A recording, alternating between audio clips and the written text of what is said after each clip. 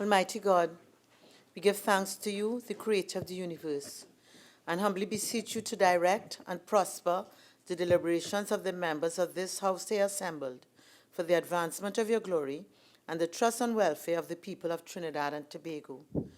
Grant that peace and happiness, truth and justice may be established among us for all generations. Amen. Amen. Namaste.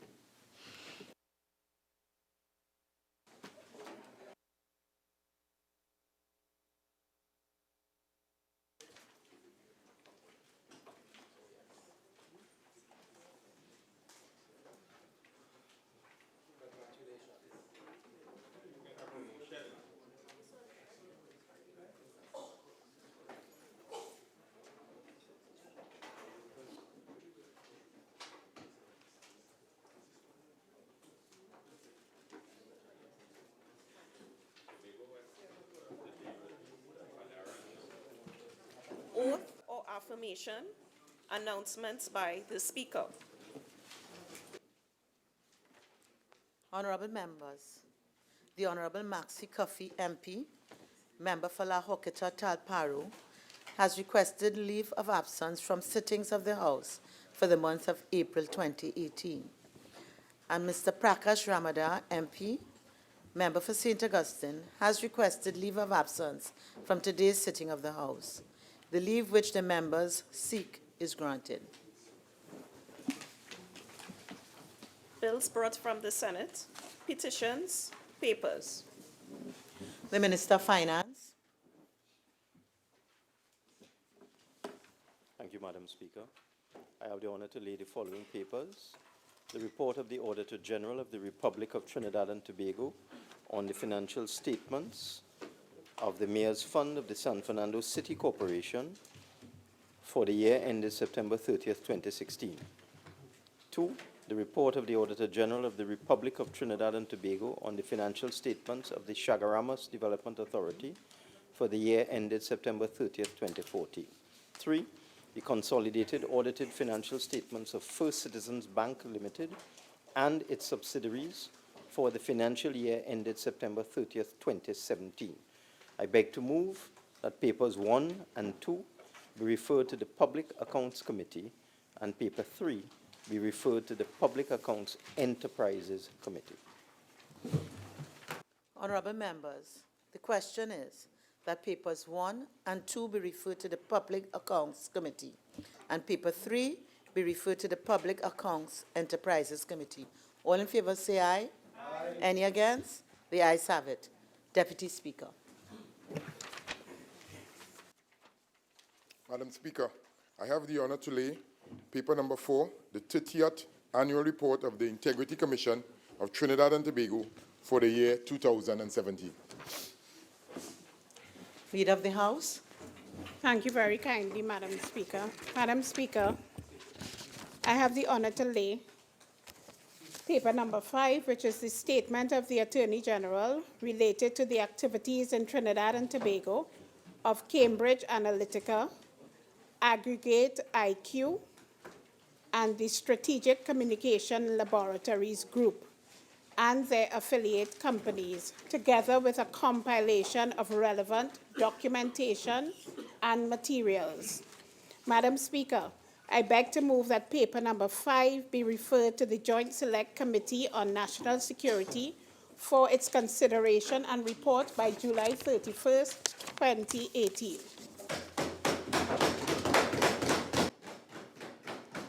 Honorable members, the question is that paper 5 be referred to the Joint Select Committee on National Security for its consideration and report. All in favor say aye.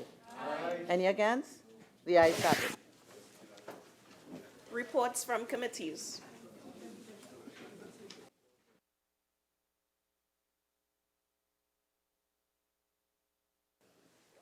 Member for San Fernando West.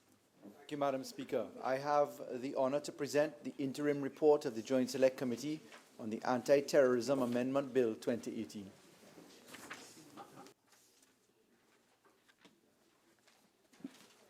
Prime Minister's questions, urgent questions. Member for Couva South. Thank you very much, Madam Speaker. To the Minister of Labour and Enterprise Development, could the Minister inform this House whether the government has a policy on sexual harassment in the workplace? Minister of Labour and Small Enterprises Development. Thank you very much, Madam Speaker, for affording me the opportunity to respond to the member for Couva South. Madam President, Madam Speaker, I'm awfully sorry. Madam Speaker, while there is not yet an official policy in place, I am pleased to inform this House that the Ministry of Labour and Small Enterprise Development, we are actively engaged in developing a national policy that is being guided by the CARICOM Model Law on Sexual Harassment, the Equal Opportunity Commission Guidelines on Sexual Harassment that was launched recently and at which I delivered the feature address, also the International Labour Organization Standards and Case Law. That draft policy is expected to be completed within the next few months. Supplemental member for Couva South. I would like to remind all members of the provisions of Standing Order 53. I will not tolerate any shouting across the room. Member for Couva South, supplemental. Thank you very much, Madam Speaker. Given what you have just stated, Minister, could the Minister inform this House if you or any official of the Ministry of Labour and Enterprise Development offered any advice as it relates to a recent terms of settlement involving a former employee of the Ministry of Sport and a former Minister of Sport and Youth Affairs? I will not allow that as a supplemental question arising now to the question. Member for Couva South. Couva North. Couva North, Madam Speaker. Thank you. Minister. Okay, members, this is urgent questions. The original person who's asked the question has the right to utilize their option, exhaust their option first. Member for Couva South. Thank you again, Madam Speaker. The Minister of Labour again has an important relationship with the Industrial Court of Trinidad and Tobago in relation to terms of settlement. Member, you have 15 seconds. Madam Minister, could you inform this House if you are aware of taxpayers' monies being used in any terms of settlement as it relates to a former employee of the Ministry of Sport and the former Minister of Sport? I will not allow that as a supplemental question.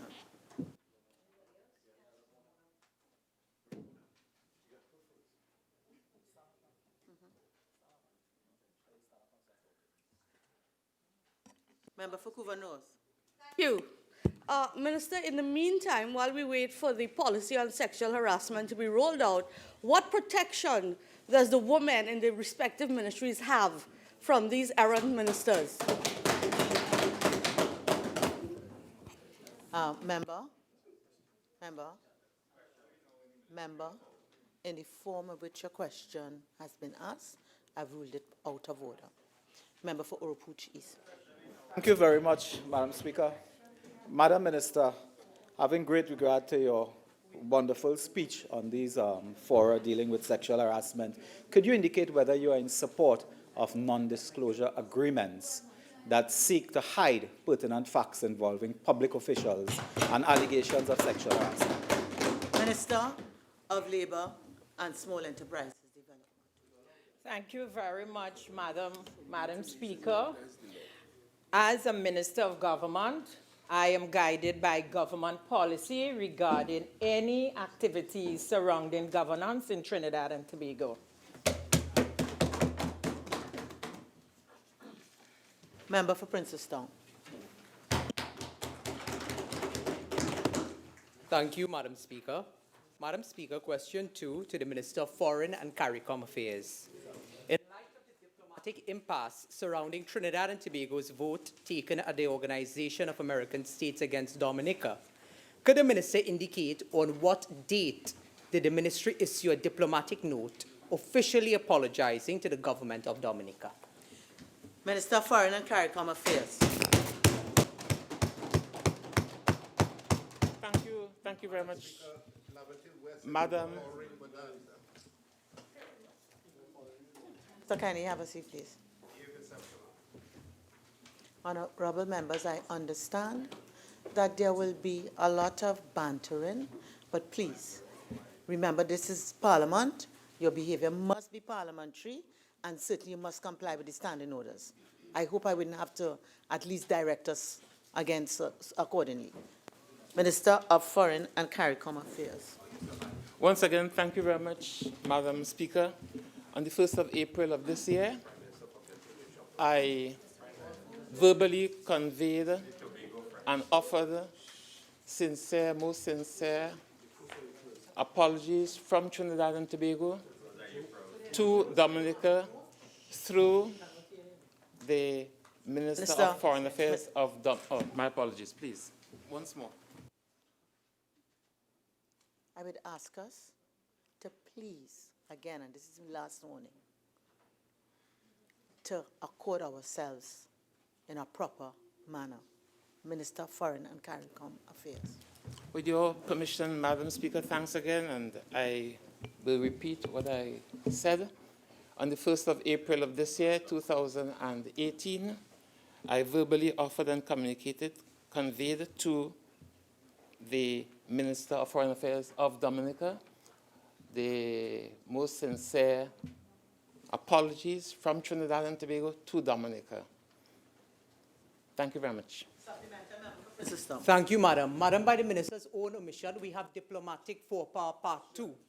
Madam, as a former employee of the Foreign Service, I want to ask the Minister, could the Minister say if it is not common established diplomatic practice that communication of this nature go through a diplomatic note that is established Minister worldwide? of Foreign and CARICOM Affairs. Many thanks again. In the best tradition of the close, warm, and fraternal ties that exists between our countries, that is Dominica and Trinidad and Tobago, my interaction with the Minister of Foreign Affairs, my interaction with the Foreign Affairs Minister of Dominica was such that no further communique was deemed necessary. Many thanks to you. Supplemental member for Princeton. Thank you, Madam. Madam, again, having the Minister repeated his same answer, I will repeat the question to the Honourable Minister. Member for Princeton, the question has been answered. Could you are entitled to ask another question, please.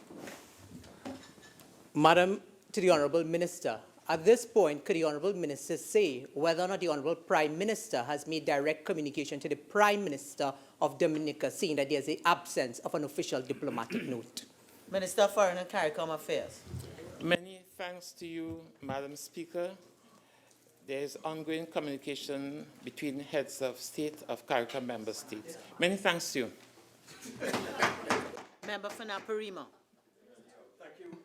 Thank you, Madam Speaker. Is the Minister aware? Member, this is question 3. Oops. Only 2 questions are allowed on the urgent question. Thank you very much for your advice. To the Minister of National Security, can the Minister state what measures are in place to properly train police officers to deal with persons with disabilities or mentally ill citizens? Minister of National Security. Thank you very much, Madam Speaker. Madam Speaker, members of the Trinidad and Tobago Police Service, through the Police Service Academy Induction Training Program, offers training to recruits with respect to treating with mentally ill persons. This is facilitated through the administration of the Behavioral Science course, which contains 17 modules on a number of contemporary, societal, and ethical topics. Specifically, module number 15 covers dealing with mentally ill and special needs individuals. It should also be noted that Standing Orders number 33 of the Trinidad and Tobago Police Service defines who is considered to be a mentally ill individual, as well as the person designated to deal with such individuals. It also provides guidelines for the handling of mentally ill persons who have breached the law and have been detained into police custody, and dictates the process to be adopted by police officers for such. Furthermore, the Standing Order states when and how a police officer will render assistance for the apprehension and safe conveyance of mentally ill persons and persons with disabilities. With respect to mentally ill persons, as to psychiatric hospital, medical institution designated for handling substances, or to a police station. Notwithstanding the training guidelines provided, in the light of recent reports, the Trinidad and Tobago Police Service is in the process of reviewing its training program to better treat with persons of mentally ill persuasions or disabilities. The Police Academy has instituted course and program committees to explore possible additional training courses and programs that could be offered to police officers and stakeholders by the Academy. The Academy has also initiated preliminary discussions with a number of stakeholders and experts in the fields of law enforcement, society, mental illness, and people with disabilities, with the intention of holding a roundtable discussion on ways to improve its training program. Among the priority areas is design of a course to be offered as developmental training. Those are people who have gone through, not recruits, but police officers within the service, together with stakeholders, to better equip them. Your speaking time is now spent. Yes, member for Napoli, point of order. You have a point of order that you wish to raise? I rose on a point of order 27E, but you ruled already. Supplemental member for Naparimo. Thank you. Could the minister then indicate why it is reported that a senior police officer said that the police in Trinidad and Tobago, the TTPS, are not properly trained to handle mentally ill and persons with disabilities? Minister of National Security. Madam Speaker, the first question speaks to what measures are in place, and I answer that question as measures that are in place. As to the pronouncement of our senior police officers, I cannot say why the police officers say that, but my report is from the police commissioner, and I so speak. Supplemental. That begs the question, the follow-up question. Is the minister satisfied that the systems and procedures he elaborated on is being implemented as we speak? And are they being monitored? Member, one question. Which question it is? Are they being monitored? Minister of National Security. Madam Speaker, I'm sure based on the management of the police service, the Commissioner of Police will monitor anything that's implemented and look for improvement as they go along. Member for Couva South. Thank you, Madam Speaker. To the Minister of Works and Transport, could the Minister inform this House when all repairs and services to the Trinidad and Tobago Spirit will be completed so as to render the vessel seaworthy? Minister of Works and Transport. Thank you, Madam Speaker. Madam Speaker, all the major work have been completed and the vessel is currently undergoing sea trials. Any issue which may arise will be addressed. It is expected that once completion, the vessel will be returning to the service. Supplemental member for Urupuchis. Thank you very much. Minister, in light of that answer, could you indicate when the arrangements with LIAT that has cost so far in excess of $8 million will come to an end? I'll not allow that as a supplemental question. Member for Kamuto Mansanilla. Thank you. Honorable Minister, can you indicate whether the disrepair of this boat was a fact contributed by its usage on the traversing between Trinidad and Tobago? Minister of Works and Transport. Madam Speaker, I don't understand the question. The disrepair of the boat, the problems that are existing, is it as a result of the boat having to go between Trinidad and Tobago that has contributed it because it is not seaworthy? Minister of Works and Transport. Madam Speaker, this vessel was purchased for the journey between Trinidad and Tobago. So obviously, if the vessel is working between Trinidad and Tobago, it would contribute to the condition that is in. I mean, Member for Couva South, question number 5. To the Minister of National Security, given the recent events which have resulted in 3 nationals being detained by officers attached to Venezuela's Guardia Nacional, could the Minister inform this House of the current status of these nationals? Minister of National Security. Thank you, Madam Speaker.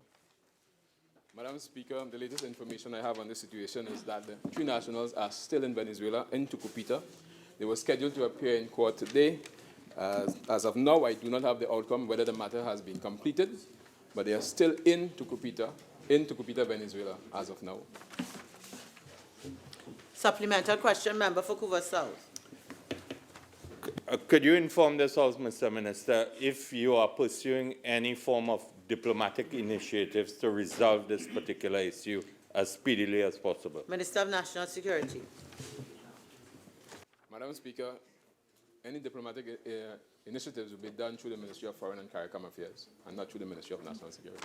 Member for Naparima, supplemental. Could the minister advise what action he intends to take if, as reported, the TT fishermen were detained by the Guardia Nacional in Trinidad and Tobago territorial waters?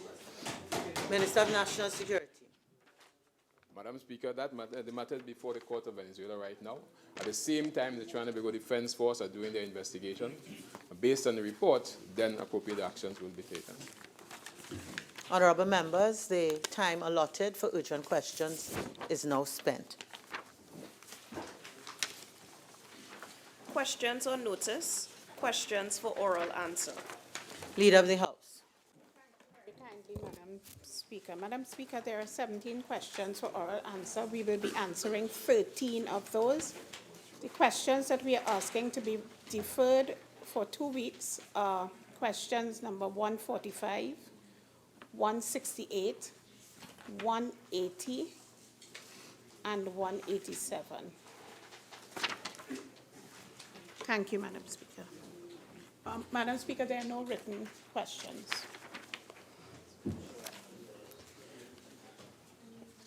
Member for Vancouver South. Thank you, Madam Speaker. I just want to pose question number 126 to the Minister of Finance. Minister of Finance. Madam Speaker, I would ask the questioner to give further and better particulars, because when one looks at the question, it does not give a time frame, nor does it indicate whether it is government ministries, statutory authorities, or state enterprises. And if, by way of example, Madam Speaker, if, for example, I were asked to ask Petrotrin, that would take some time for Petrotrin to indicate the total amount owed to private construction companies. Similarly, the National Gas Corporation. So I would ask the member for Vancouver South, please give better and further particulars as to exactly what the honourable member is speaking about, whether it is government departments, statutory authorities, or state enterprises, or all of them, and the time frame, because it changes every day as releases are made, Madam Speaker, and monies are paid to private construction companies. For Vancouver South. Into consideration the run-up of the Minister of Finance, I want to place on record that as of now, and also it was not the original question that I asked. Member for Vancouver South, do you have a supplemental question?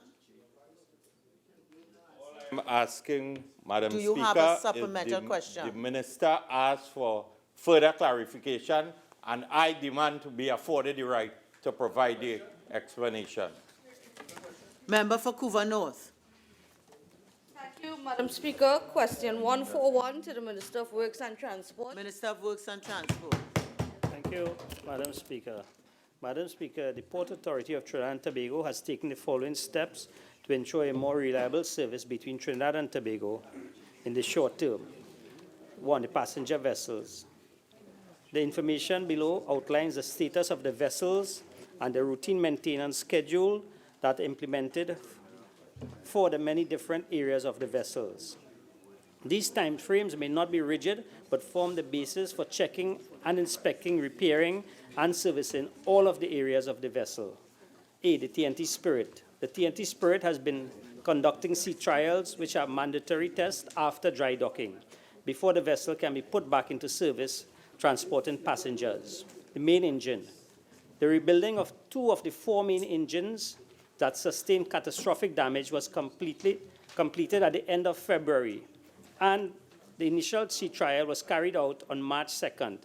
There have been 3 additional sea trials in order to put the vessel under full load operation so that any engine or equipment failure can be identified and dealt with. The vessel was run at full RPM, and the OEM representatives were satisfied with the performance of all 4 engines, the electronics. There has been failure to the aged electronic equipment with the purchase of a new radar that have been installed. There continues to be issues that arise and dealt with as they arise. DNVGL has been on the vessel and are cooperating with the Port Authority to get the vessel back in service. The warranty surveyor has inspected the vessel and has returned a very favorable report and has recommended the reinstatement of full insurance coverage. The Spirit is expected to undergo final sea trials, after which the vessel will return to service pending DNVGL and MSD certification. Planned maintenance. There's a planned maintenance system that governs the scheduling of maintenance work on the vessel that is based on the engine running hours. This system, together with the OEM stipulated maintenance routine, is incorporated to identify the threats that at specific areas of the vessel in specific time frame. Listed hereunder is the outline of the planned routine maintenance schedule for the TNT Spirit. These areas are broken down further into individual components that must each be inspected, serviced, and repaired. Weekly accommodation, superstructure, safety equipment, navigational equipment, electrical. Quarterly, safety equipment, auxiliary, machinery, general. Annually, dry docking, hull repair, jets, main engines, safety equipment. C, the TNT Express.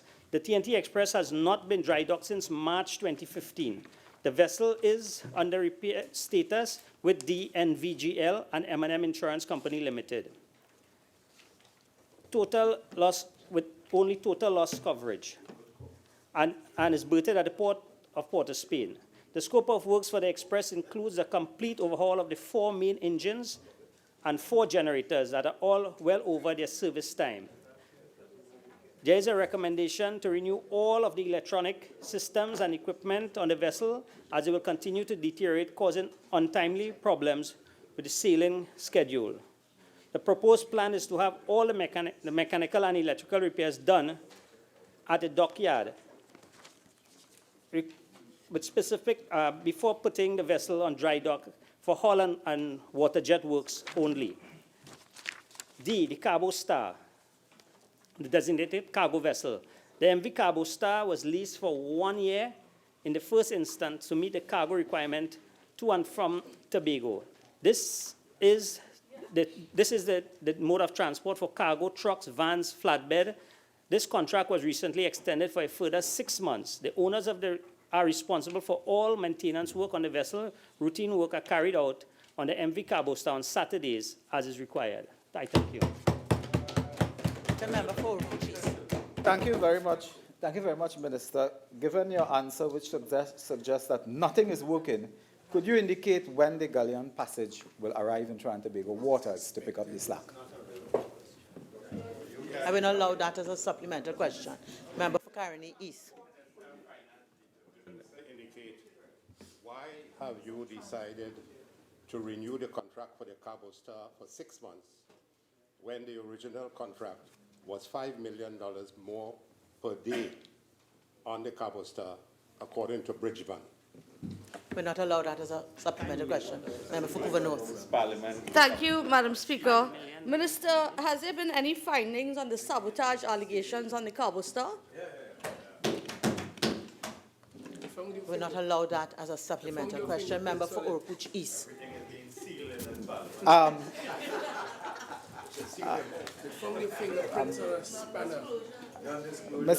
Mr. Minister of Works and Transport, could you indicate when the Mote report would be made public? I will not allow that as a supplemental question. Member for Point-a-Pierre. Thank you. Supplemental to the Minister of Works and Transport. Based on his entire dissertation of the maintenance issues and the process, could the Minister state why is he now calling on an audit, on investigation of the $135 million that was spent in the dry docking of the TNT Spirit? I will not allow that as a supplemental question. Member for Naparima? Would the minister agree that the fault for all these unscheduled maintenance and the suffering that people in Tobago are experiencing, that it is a fault of managerial planning? I will not allow that as a supplemental question. Member for Princestown. Thank you, Madam Speaker. Madam Speaker, to the Honourable Minister of Trade and Industry, question number 150. Minister of Trade and Industry. Thank you, Madam Speaker. The Hilton Trinidad and Conference Center has advised that it earned approximately US $17.5 million in foreign exchange in 2017. Supplemental question, member for Princestown. Thank you, Madam. Madam, could the Honourable Minister indicate if there is any proposal at this time before government with respect to selling shares of Trinidad Hilton? I will not allow that as a supplemental question. Member for Faris Al-Rawi.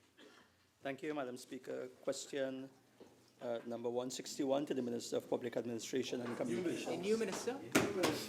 Minister of Public Administration and Communications. I know his minister. Minister of Public Administration and Communications.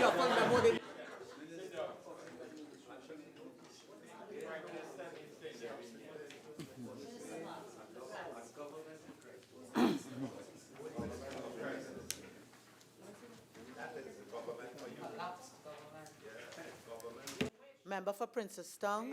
Member for Princestown. Member for Caroni East.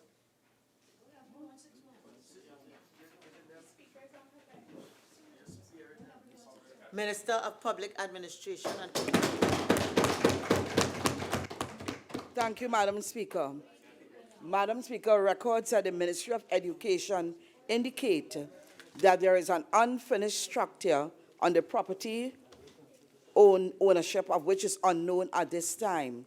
The site in question is under the management of the Palo Seco Agricultural Enterprises Limited, a state-owned enterprise providing estate management services for Petrotrin. This suggests that the property is vested in state-owned Petrotrin.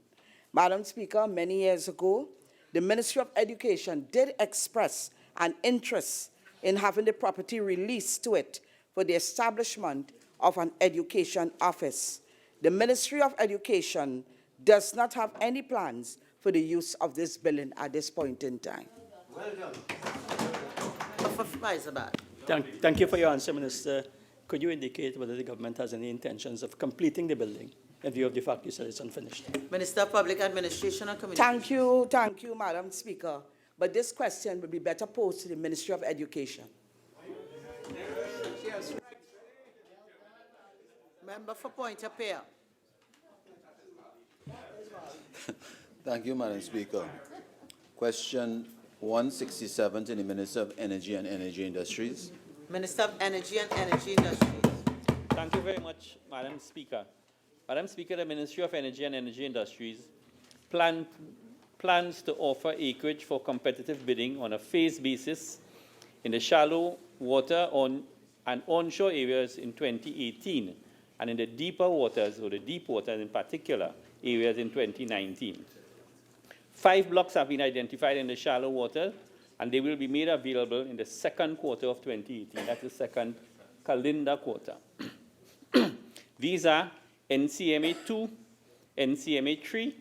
Those 2 blocks are situated in the north coast, close to the Dragon gas field. Blocks 1B, situated in the Gulf of Paria, and blocks UC and blocks 4C, situated off the east coast. 1 block will be made available onshore, and that's the Charuma block, which is in the Rio Claro Beach area. Well done. Member for Oropouche West. Thank you, Madam Speaker. Question number 1 to the Minister of National Security. Minister of National Security. Much, Madam.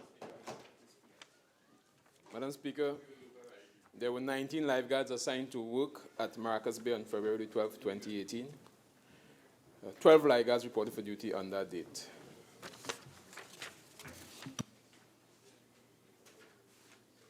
Member for Oropouche East.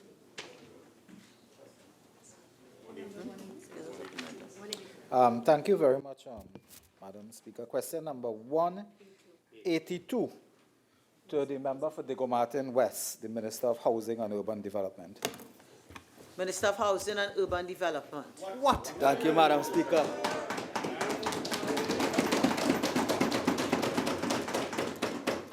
Thank you, Madam Speaker. Part D, the Environmental Management Authority, no determination to the application for the Certificate of Environmental Clearance, CEC, has yet been received from the Environmental Management Authority to date. Part E, the Tongan Country Planning Division, the HEC received outline planning permission from the Tongan Country Planning Division, reference number T2C 1321-2017, date October 12, 2017, granting approval to use 7.3 hectares for multi-family residence use. Part F, the Regional Corporation, since the project is still in the development stage, the final application has not yet been received by Tongan Country Planning Division. Hence, no final approval has been granted by the Tongan Country Planning Division. As such, an application to the Regional Corporation has not yet been made. Thank you very much to the Minister in the Ministry of Housing and Urban Development.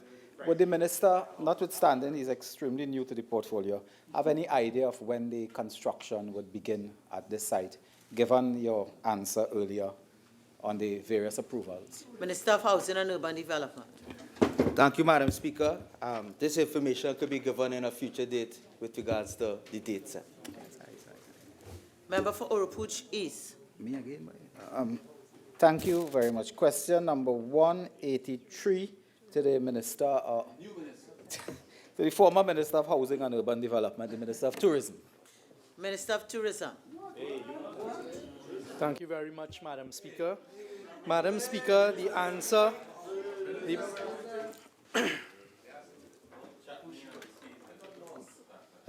That's not surprising. Madam Speaker, the answer to this question is no. Sandals International did not breach the confidentiality provisions of the MOU. And in fact, we'd like to thank Sandals Resorts International for the very candid way and manner within which they dealt with the media and the information that they provided to the public that was followed up by the government of Trinidad and Tobago. Supplemental member for Oropouche East. Madam Speaker, you must forgive me because I'm not sure of who is who today. But the member for Port-au-Prince North, St. Anne's West, are you aware that in a response to a question in this House, the Minister of Tourism indicated that the ministry couldn't give information because of a strict confidentiality provision, and Sandals gave that information? Member for Port-au-Prince North, St. Anne's West. Madam Speaker, in answering the question, the answer is the information that Sandals provided, and I assume it was in a television interview unless Sandals has provided information directly to Oropouche East. So what we know in the public domain has not breached any of the confidentiality provisions. This government is very cautious in respecting contractual provisions, terms and conditions, and has no intention of breaching any such provision in our negotiation, deal and MOU with Sandals Resorts International. Supplemental member for Oropouche East. Is the minister saying that the government deliberately and willfully withheld information on Sandals' project in answering a question in the Parliament? St. Anne's West. The answer is no. The government has not withheld any information from the public and at the appropriate time has always provided all of the information it can with respect to this deal, transaction and others. Unlike what we saw with the curtailment issues dealing with energy between 2010 and 2015 or the OAS contract. Member for Oropouche East. Thank you very much.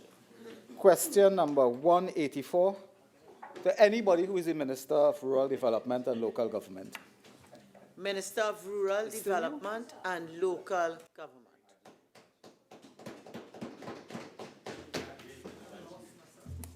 Thank you very much, Madam Speaker, and thanks to the honourable member for the question. The Ministry of Rural Development and Local Government is committed to fostering a healthy working relationship between the citizens of Trinidad and Tobago, whether they are contractors, employees, or members of the public, and the ministry.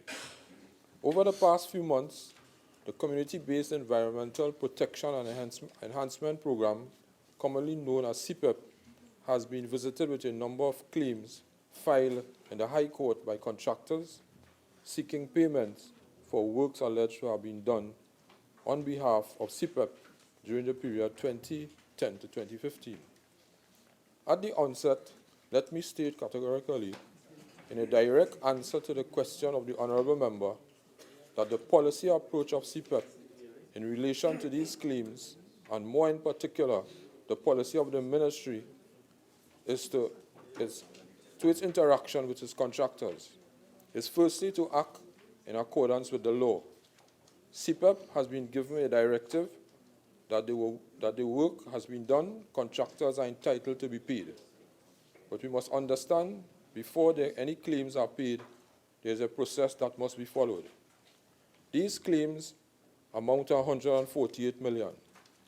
The policy of CPEP, under the guidance as Minister, is that where these claims are made, the first step to be taken is to verify the legitimacy of the claims. Lawyers are engaged to first ensure that the position of the company, and by extension taxpayers, is protected, safeguarded, and not compromised. Every attempt is being made to treat with contractors in the fairest manner possible, with claims filed in court and respect to the claims that are not yet subjected to court proceedings. Unfortunately, CPEP has experienced some difficulty securing the documentary evidence to verify the claims made to process legitimate claims, and to verify claims where there exists some degree of doubt as to whether they are genuine. Steps are now taken to engage contractors so that our amicable position can be arrived at. That is the best interest of the ministry and the contractors. CPEP does not wish to expend its limited resources in defending claims that could be settled. And the ministry and this government administration will not encourage that. At the same time, most of these contractors are small and medium size, and we do not wish for those contractors with limited resources to expend them on court matters where there is no need to. I want to give the assurance to contractors in particular, because they are persons that the ministry depends on and will continue to depend upon to execute its mandate to the people of this country, that all claims will be treated fairly, and I want to encourage all contractors that have claims against CPEP to engage the company and the ministry, and let us together find a way to resolve these disputes in the best interest of all involved. The member for Bhoendradatt East. Thank you. Thank you very much, Minister. Minister, could you indicate, given your answer, whether CPEP will engage with the 7 contractors who have judgments against CPEP now? Would you engage with those contractors on a payback schedule for CPEP to pay contractors, very much like what your government suggested for Dominica? Minister of Rural Development and Local Government. Madam Speaker, I want to assure the member that we will engage with all contractors. Member for Bhoendradatt West. Thank you, Madam Speaker. Question number 186 to the Minister of National Security. Minister of National Security. Thank you, Madam Speaker. Madam Speaker, 5 of the 9 police divisions located throughout Trinidad and Tobago have a total of 6 operational juvenile detention suites situated in 6 booking stations, 1 per station. These police divisions and booking stations are as follows. In Southwestern Division, you have 2 booking stations, 1 at Labray and 1 at Bhoendradatt. In Southern Division, you have 1 at Moruga and 1 at Gasparilla. In Central Division, there's 1 at Brasso. In Northern and Northeastern Division, there's one at Maracas St. Joseph. It is anticipated that juvenile detention suites are currently under construction in the following divisions will be completed during the fiscal year 2018. In Port of Spain Division, there's a booking station at Belmont under construction. In the Western Division, there's one at Maraval, and the Eastern Division, there's one at Kumutu. The 3 juvenile detention suites that are expected to be completed during fiscal 2018 are projected at a cost of $1,536,000. This is detailed as follows. In Police Division, Port of Spain, Belmont, at a cost of $506,000. In Western Division, at Maraval, $670,000. In Eastern Division, at Kumutu, $360,000. A total, $1,536,000, Madam Speaker. Supplemental question, Member for Honourable Approach West. Minister, what happens when a minor is detained under suspicion of committing an offence in the division where juvenile detention centre does not, or cell, does not exist? Minister of National Security. A cell detention. Madam Speaker, there are no juvenile detention center. Cell. Cell. Minister of National Security. Madam Speaker, in that circumstance, the Legal Aid Act kicks in and the Children Act kicks in, together with the Children Authority. Supplemental question, Member for Approach West. The child or the minor is kept in the same cell with an adult under suspicion? Minister of National Security. No, Madam Speaker, that does no longer exist.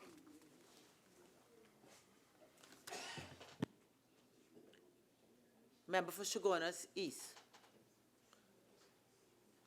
Thank you, Madam Speaker. Question number 188 to the Minister of Education. Minister of Education. Thank you very much, Madam Speaker. Madam Speaker, the University of Trinidad and Tobago has advised that A, student enrollment is as follows. For the period 2014 to 2015, 7,560 students. For the period 2015 to 2016, 6,910 students.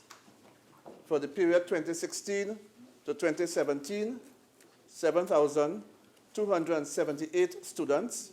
For the period 2017 to 2018, 7,382 students. Section B, number of faculty, academic staff employed, 2014 to 2015, 414, 2015 to 2016, 416, 2016 to 2017, 483, and 2017 to 2018, as of February 28, 518. And section 3 of the question, number of research publications produced, 2015, 39, 2016, 64, 2017, 103, and 2018 as at March 2018, 22. Thank you very much. Supplemental question, Member for Shogunas East. Thank you very much, Madam Speaker. Honourable Minister, will you be kind enough to let us have in writing the following to parts A, B, and C? Number of students enrolled by program, number of faculty by programs, and the researchers and the title of the research publications in part C. Minister of Education. Madam Speaker, as soon as my good friend, the Minister of Shogunas East, the member, he would give that to me in writing, and I'll be happy to respond to it. Thank you very much. Member for Shogunas East. Thank you very much, Madam Speaker. Question number 189 to the Minister of Education. Minister of Education. Thank you very much, Madam Speaker, again. Madam Speaker, the University of Trinidad and Tobago has advised that A, the name of the university ranking body is Webometrics Incorporated. B, the actual ranking of the University of Trinidad and Tobago in 2015, 2016, 2017, and 2018, according to the university ranking body identified in Part A, would be the actual ranking of UTT in 2015, 2016, 2017, and 2018, according to the ranking body, is as follows. In 2015, UTT was placed 8,205 out of over 21,000 universities in the world, which placed UTT in the top 40%. In 2016, UTT was placed 6,812 out of over 23,500 universities, which placed UTT within the top 29%. In 2017, UTT was placed 6,979 out of 24,000 universities, which placed UTT within the top 30%.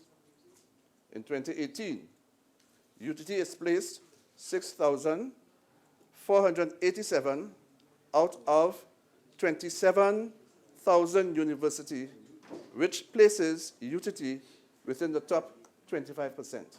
Thank you very much. Supplementary question, Member Shigona, please. Thank you very much. Madam Speaker, I don't think the Honourable Minister answered a couple parts of the question, parts C, D, and E. Minister of Education.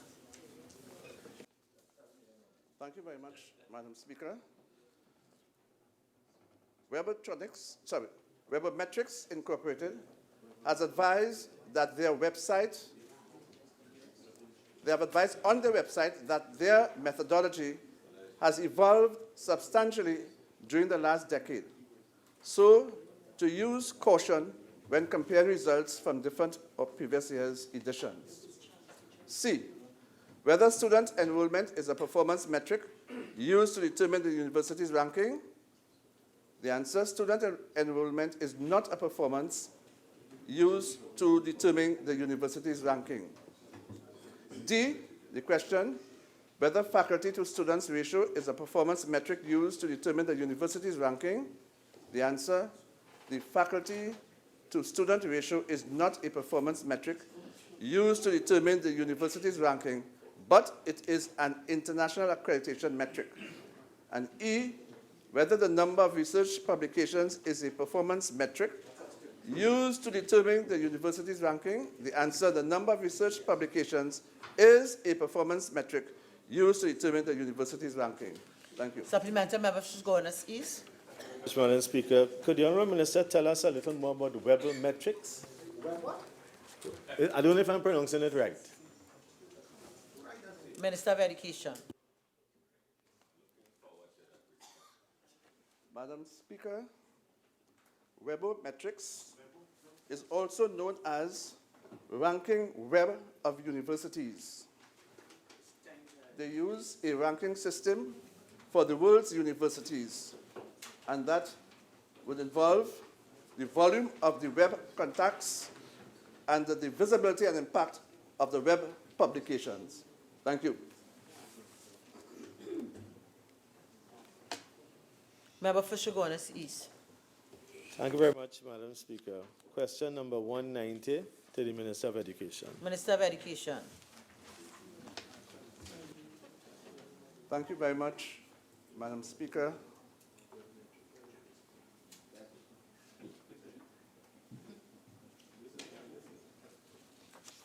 Madam Speaker, the Egypt Oasis ECCE Center at Das Trace Enterprise is currently 99% completed. The works on the facilities have been substantially completed. However, statutory final approvals from WASA, the Electrical Inspectorate, and the Regional Corporation are outstanding. The project is currently on hold due to non-payment of invoices and the current High Court matter with the contractor. the Ministry of Education has been able to identify funds to meet outstanding payments, and some $4.2 million of the debt has been recently paid. A further release of funds is awaited in order to meet the balance of approximately $2 million TT dollars. Once these payments are made, the Ministry of Education will be in a position to schedule the remaining contract, following which I will be able to provide the House with a tentative date for the opening of the facility. Thank you.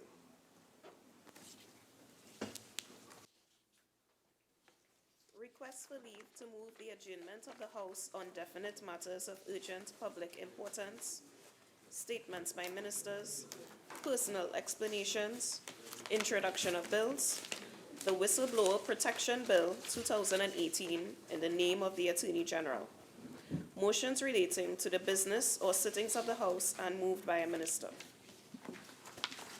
Attorney General. Thank you, Madam Speaker. Madam Speaker, I beg to move the following motion standing in my name. Whereas it is provided by Section 34(1) of the Administration of Justice Deoxyribonucleic Acid Act 2012, hereinafter referred to as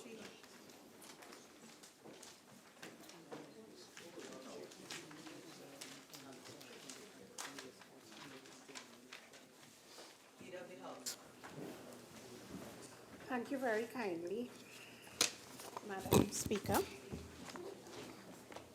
Madam Speaker, having regard to the interim report of the Joint Select Committee appointed to consider and report on the Anti-Terrorism Amendment Bill 2018, I beg to move that the committee be allowed an extension of 3 months in order to complete its work and submit a final report by June 29, 2018. Thank you.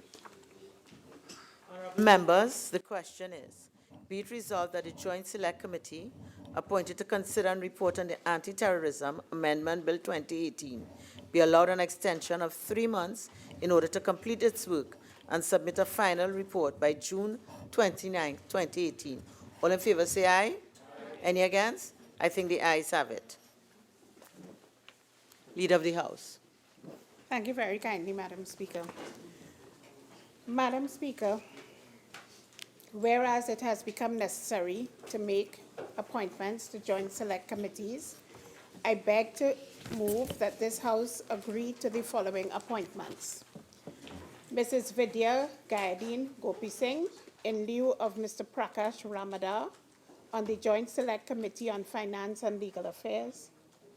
Mr. Barry Padarath, in lieu of Mrs. Vidya Gayadeen Gopi Singh, on the Joint Select Committee on Human Rights, Equality and Diversity, and Dr. Rudal Munilal, in lieu of Mr. Prakash Ramadar, on the Joint Select Committee on National Security.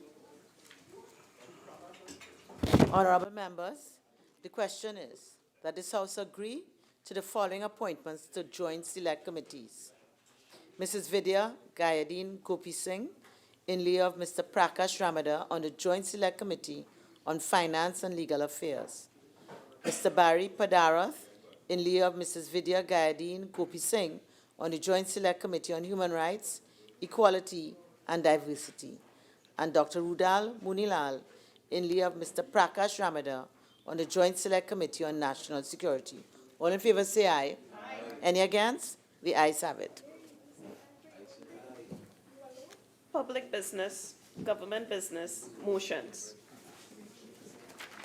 The Attorney General. Thank you, Madam Speaker. Madam Speaker, I beg to move the following motion standing in my name. Whereas it is provided by Section 34(1) of the Administration of Justice Deoxyribonucleic Acid Act 2012, hereinafter referred to as the Act, that the Minister may make regulations for the purpose of giving effect to this Act, and all such other matters and things as may appear necessary or expedient, or are required to be prescribed for effectively carrying into operation the provisions of the Act. And whereas it is provided by Section 34(2) that regulations made under the Act shall be subject to affirmative resolution of Parliament, And whereas the Minister of National Security has, on the 5th day of March 2018, made the Administration of Justice Deoxyribonucleic acid Regulations 2018, and whereas it is expedient that the Administration of Justice Deoxyribonucleic acid Regulations 2018 now be affirmed, be it resolved that the Administration of Justice Deoxyribonucleic acid Regulations 2018 be approved. Madam Speaker, it is with great pleasure that I stand on behalf of the Government of the Republic of Trinidad and Tobago, under the leadership of the Honourable Mr.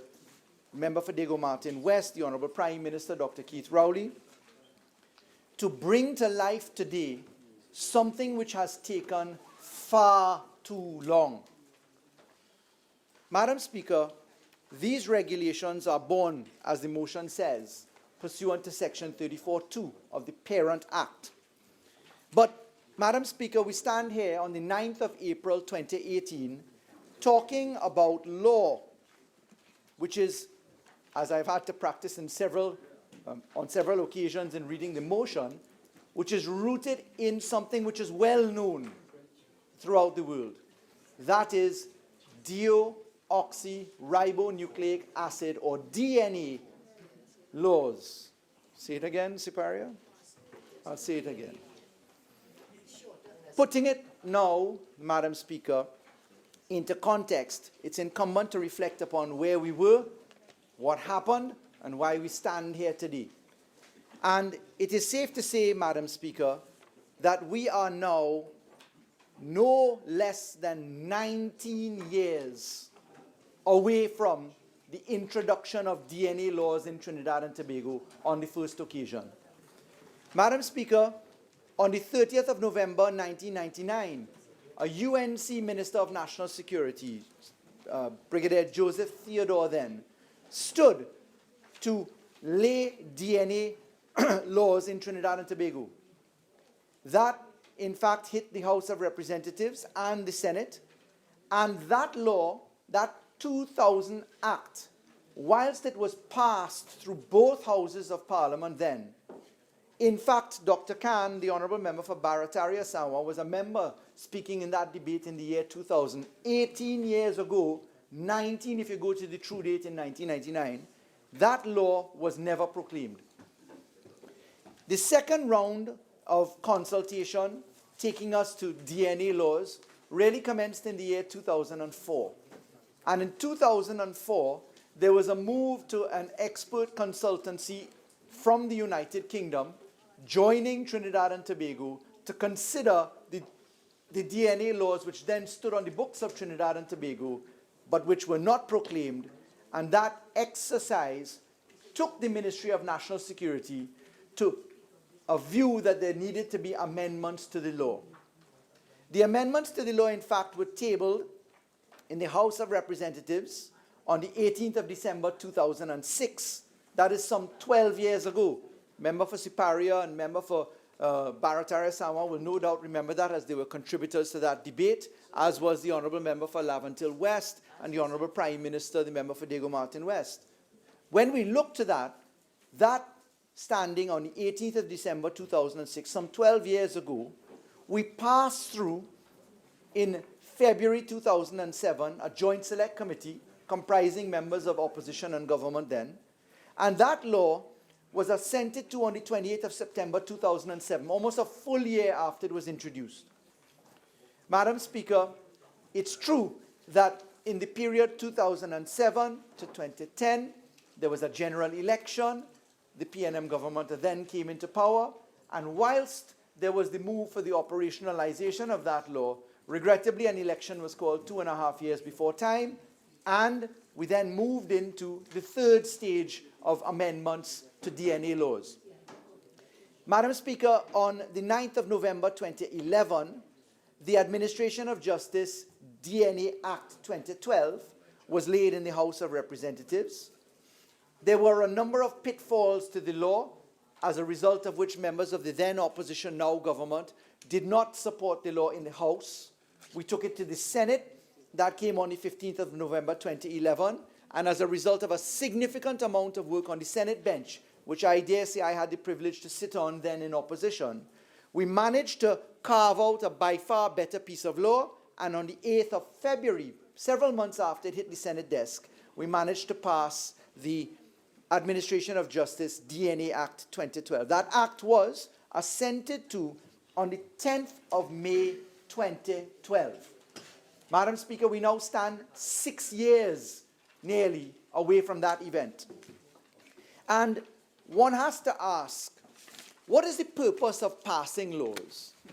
What is the purpose of bringing acts of Parliament to life if you're going to sit down and not operationalize them? Because what I've just recounted is 3 different pieces of legislation, all dealing with DNA. 18 years, 19 years of analysis paralysis with no form of implementation.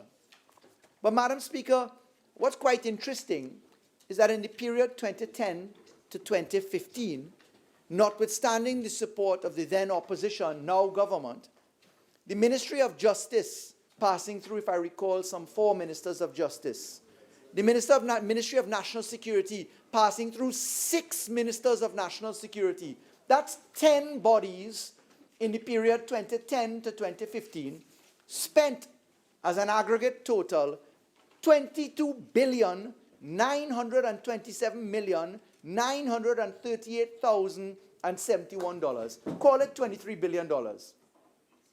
And in that time, Madam Speaker, let me put into context what else happened. We've had 19 years of DNA laws.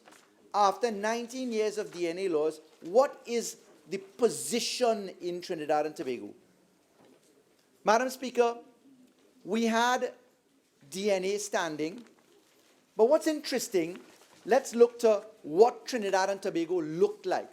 DNA laws, after all, were trumpeted for the 19 years straight as the law that would allow successful conviction, that would allow for accelerated criminal justice systems to go to work. Why? Because the evidence coming out of DNA analysis is so severe in its certainty to almost a 99.8% accuracy rate that it was trumpeted quite correctly that DNA laws could save the citizens of this country from serious problems, in particular as it relates to sexual offenses. And Section 18 of the Parent Act, of course, treats with sexual offenses under the rubric of how we treat with complainants. And complainants, of course, find themselves in the position, in a rape matter, in a sexual offenses matter, of having to relive the harrowing experience each time matters are called. We know in Trinidad and Tobago that there's some 29,000 preliminary inquiries that are in arrears. We know in Trinidad and Tobago that matters have taken close to 17 years to be taken through the preliminary inquiry process to get to the High Court where a trial eventually happens. But what happened with DNA analysis? The number of convicted persons incarcerated for sexual offenses from the year 2000 to present, that's a full 18 years, is 321 people. The number of sexual offenses cases reported from the year 2000 to present is 13,630 matters. So 13,630 matters reported, 321 people convicted. Listen to that. Number of sexual offenses cases solved using DNA evidence from the year 2000 to present, none. Number of buccal swabs completed for that purpose for sexual offenses, 6. Number of cold cases solved using DNA evidence where you use the material on what is referred to in Section 4 of the Parent Act as a stain, a crime scene, a piece of cloth, some form of material where blood or some other form of bodily fluid can be found in a sexual offenses matter. Number of cold cases solved where the evidence speaks from the material, 0. So Trinidad and Tobago has had DNA laws on the books for 19 years straight, 13,630 matters reported, 321 matters resulting in conviction, 0 under DNA, 0 under cold cases using DNA.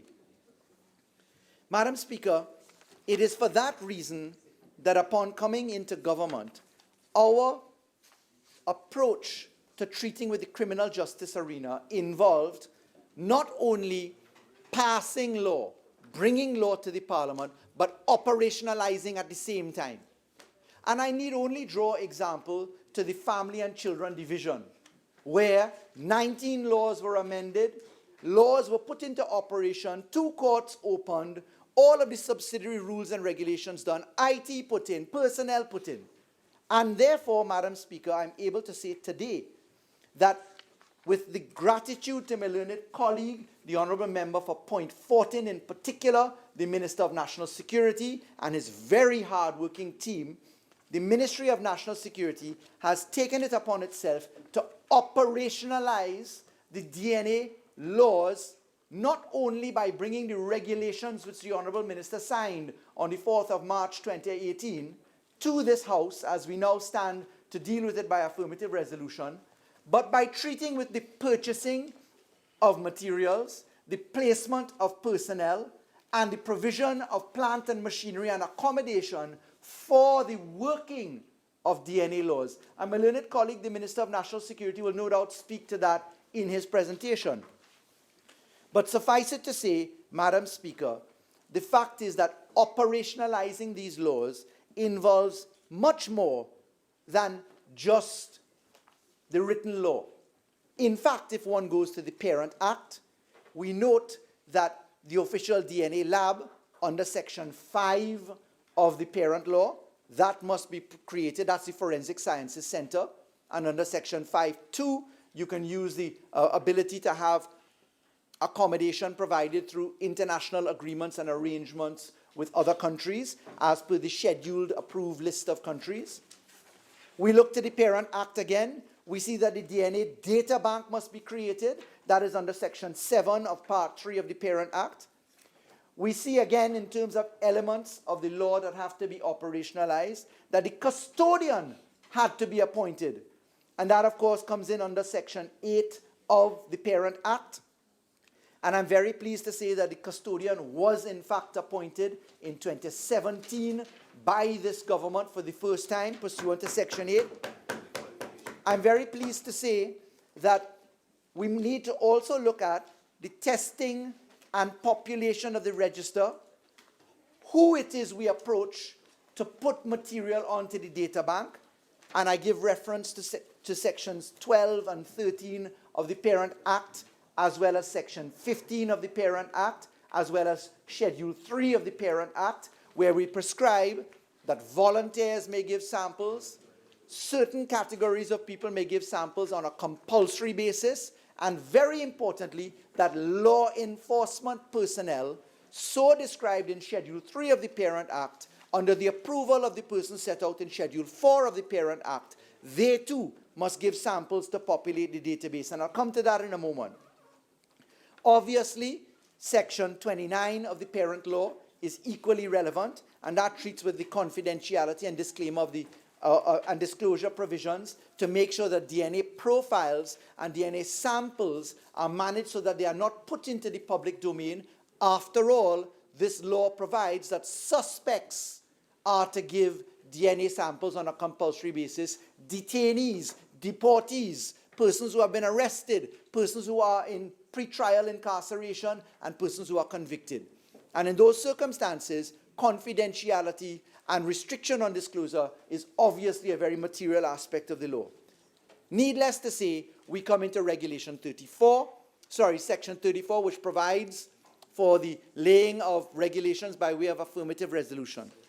But Madam Speaker, what's before us? This particular law, this particular subsidiary law, these regulations standing as subsidiary law, actually, the Parent Act only requires 2 things to be done. There are only 2 sections of the Parent Law which are relevant for today's purposes. But the regulations which are now on for affirmative resolution go far beyond that. The 2 sections that I wish to refer honourable members to, that is the mandatory provisions, are to be found in Section 22 of the Parent Act and in Section 23A of the Parent Act. And permit me to refer to those sections so that we can actually anchor them for the purposes of today's debate. When we turn to Section 22 of the Parent Act, we actually have to treat, forgive me, I was looking at the regulations. We look to Section 22 of the Parent Act. We note that there is a prescription for regulations, and it reads as follows.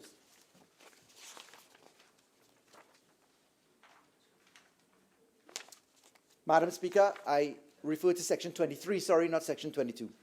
A person who takes a sample under this Act shall, and then the process of method is set out, ensure in subsection 2 that a package is properly sealed, labeled, and identifiable both by him and the person who delivers the package, and record such information as may be prescribed by regulations. That is Section 23, subsection 2B. Further, Section 23A of the Parent Act, in every place or institution where DNA samples are to be collected, a record entitled DNA Record shall be kept in which it shall be recorded every instance in which a sample is taken at such place or institution. And subsection 2 says, the procedures for the keeping of DNA record shall be prescribed by regulations. So, Section 23, Section 23A, and Section 34 of the Parent Act, that's the only place you'll find reference to regulations. The material before us now, Madam Speaker, involves regulations as crafted by this government, which go a significant way beyond that, and I'll explain now, for the record, why we've taken that. The regulations, Madam Speaker, are comprised of 30 regulations, 3 schedules, and relate to 10 parts specifically. And I wish to put on the record, insofar as one is obliged to treat with the proportionality of including subsidiary legislation, permit me to say that the regulations relate to the following sections of the parent law. First of all, they relate to the interpretation section at Section 4. Secondly, they relate to Section 8 of the Act, which is the appointment of the custodian and deputy custodian. They relate to Section 10 of the Parent Act, which is the functions and duties of the custodian. They relate to Section 11, which relates to the reporting requirements. They relate to Section 13, which is the obtaining of a non-intimate sample without consent. They relate to Section 15, which is the requirement for certain persons to give non-intimate samples, again without consent. They relate to Section 18, which treats with the feature of complainants, and complainants under the Parent Act are defined as persons who are victims of sexual offenses, including rape. They relate to Section 22, Section 23, Section 23A, which treats with the procedures for taking non-intimate and intimate samples and post-collection procedures, to be found at Part 5 of the Parent Act. They treat with Section 27, which treats with arrangement for foreign governments to share DNA data. Section 29, which relates to disclosure and confidentiality, and of course Section 34, which treats with regulations. Of particular note, material mention is the 3rd schedule and the 4th schedule of the Parent Act. When we get to the regulations, having identified the clauses that we believed as a government should have been referenced in beefing regulations, I'd like to state that the regulations are built upon certain very important core features. Madam Speaker, would you just let me know the precise time I must end? 3:14:27. That's the full 45. Thank you. 3:14. Thank you, Madam Speaker. Madam Speaker, when we look to the particular regulations themselves, it's important to point out the following aspects. In Clause 2 of the regulations, I wish honourable members to take note of the definition of crime scene material register. That's a very important definition, which is to be read alongside the concept of reference sample. Let me explain those. The parent law requires only the concept of a reference sample. The law did not, and the parent law does not disaggregate the two types of DNA material that you may be treating with. And the regulations now bring to life that difference of logical separation. On the one hand, a DNA sample may be known. It may be known by the persons, for instance, listed in the 3rd schedule to the Parent Act, the members of the police service, etc., who have to give their samples. And therefore, you know where it comes from. The person who volunteers under the legislation to give a sample, you know that person, a person who's attended a crime scene. But you will not know the crime scene material which is to be recorded in a different type of reference sample. And that's where you don't know whose DNA it is. And the DNA, therefore, comes to life, in particular when we treat with the concept of sexual offenses, rape victims, sexual offenses victims, where, pursuant to the definition of a crime scene contained in Section 4 of the Parent Act, a crime scene includes the part of a human body. And therefore, when one looks to the terrible circumstances in treating with rape victims and sexual offenses victims, a swab taken from a sex crime victim may very well find both provision of a known sample and an unknown sample. And I'm trying to be not too graphic in describing how it can make sense. For those purposes, it was very important in the regulations to separate out reference sample from crime scene material.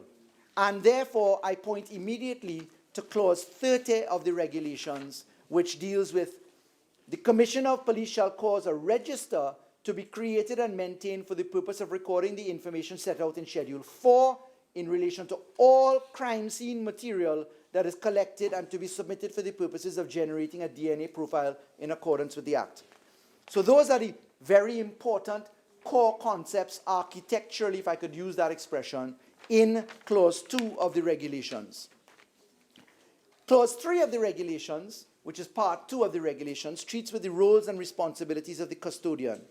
And very importantly, in Clause 3 and Clause 4, we have an improvement beyond the description in Section 10 of the Parent Act. Section 10 of the Parent Act falls under Part 3, which is the National Forensic DNA Data Bank of Trinidad and Tobago, and Section 10 of that law says that the custodian shall, and then it lists items A, AA, AB, AC, B, C, D, and it describes what the functions are, and that the custodian should act independently, etc.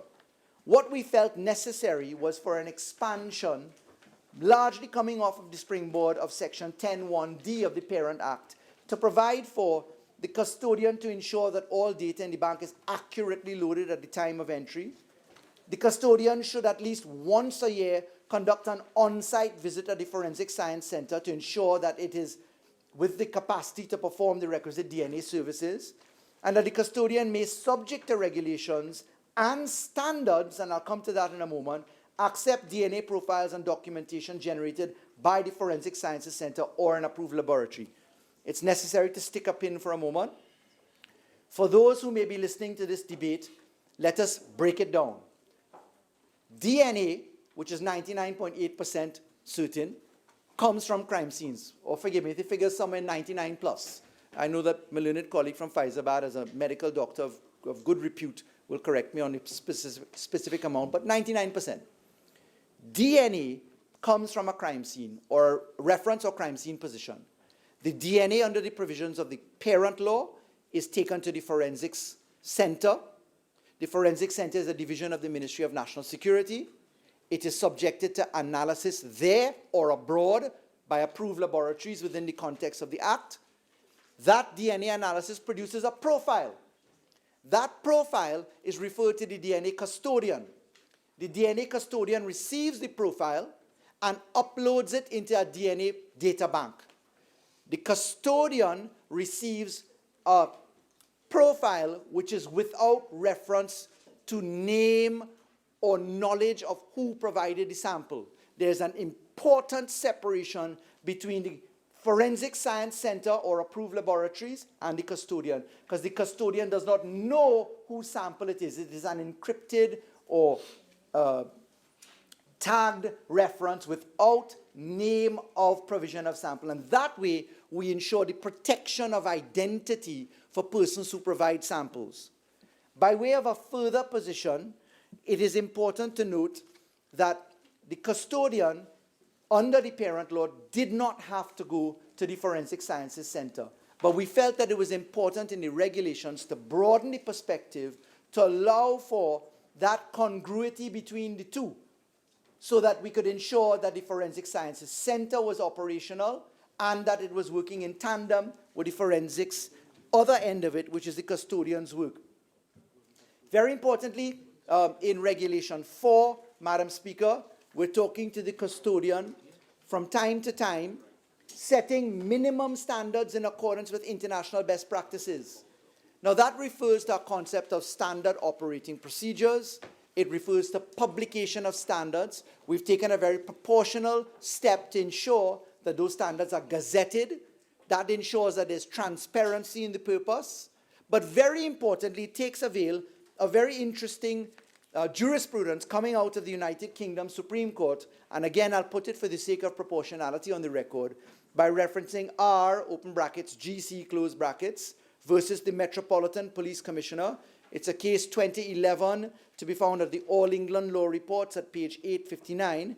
And the Supreme Court in England was very careful to point out that there was benefit in allowing this subsidiary body, this forensics capacity at the DNA custodian level, to do something which many argue the Parliament should have done. Should the Parliament prescribe the temperature, the size of the container? The English Parliament, the Supreme Court, said, in fact, that Parliament is entitled, and I quote from paragraph 42, Parliament is entitled to give the police the power to create a scheme. No doubt it would have envisaged that a national scheme would be produced, such as the guidelines. The Secretary of State is accountable to Parliament for the scheme so that a democratic principle is preserved. Stick a pin.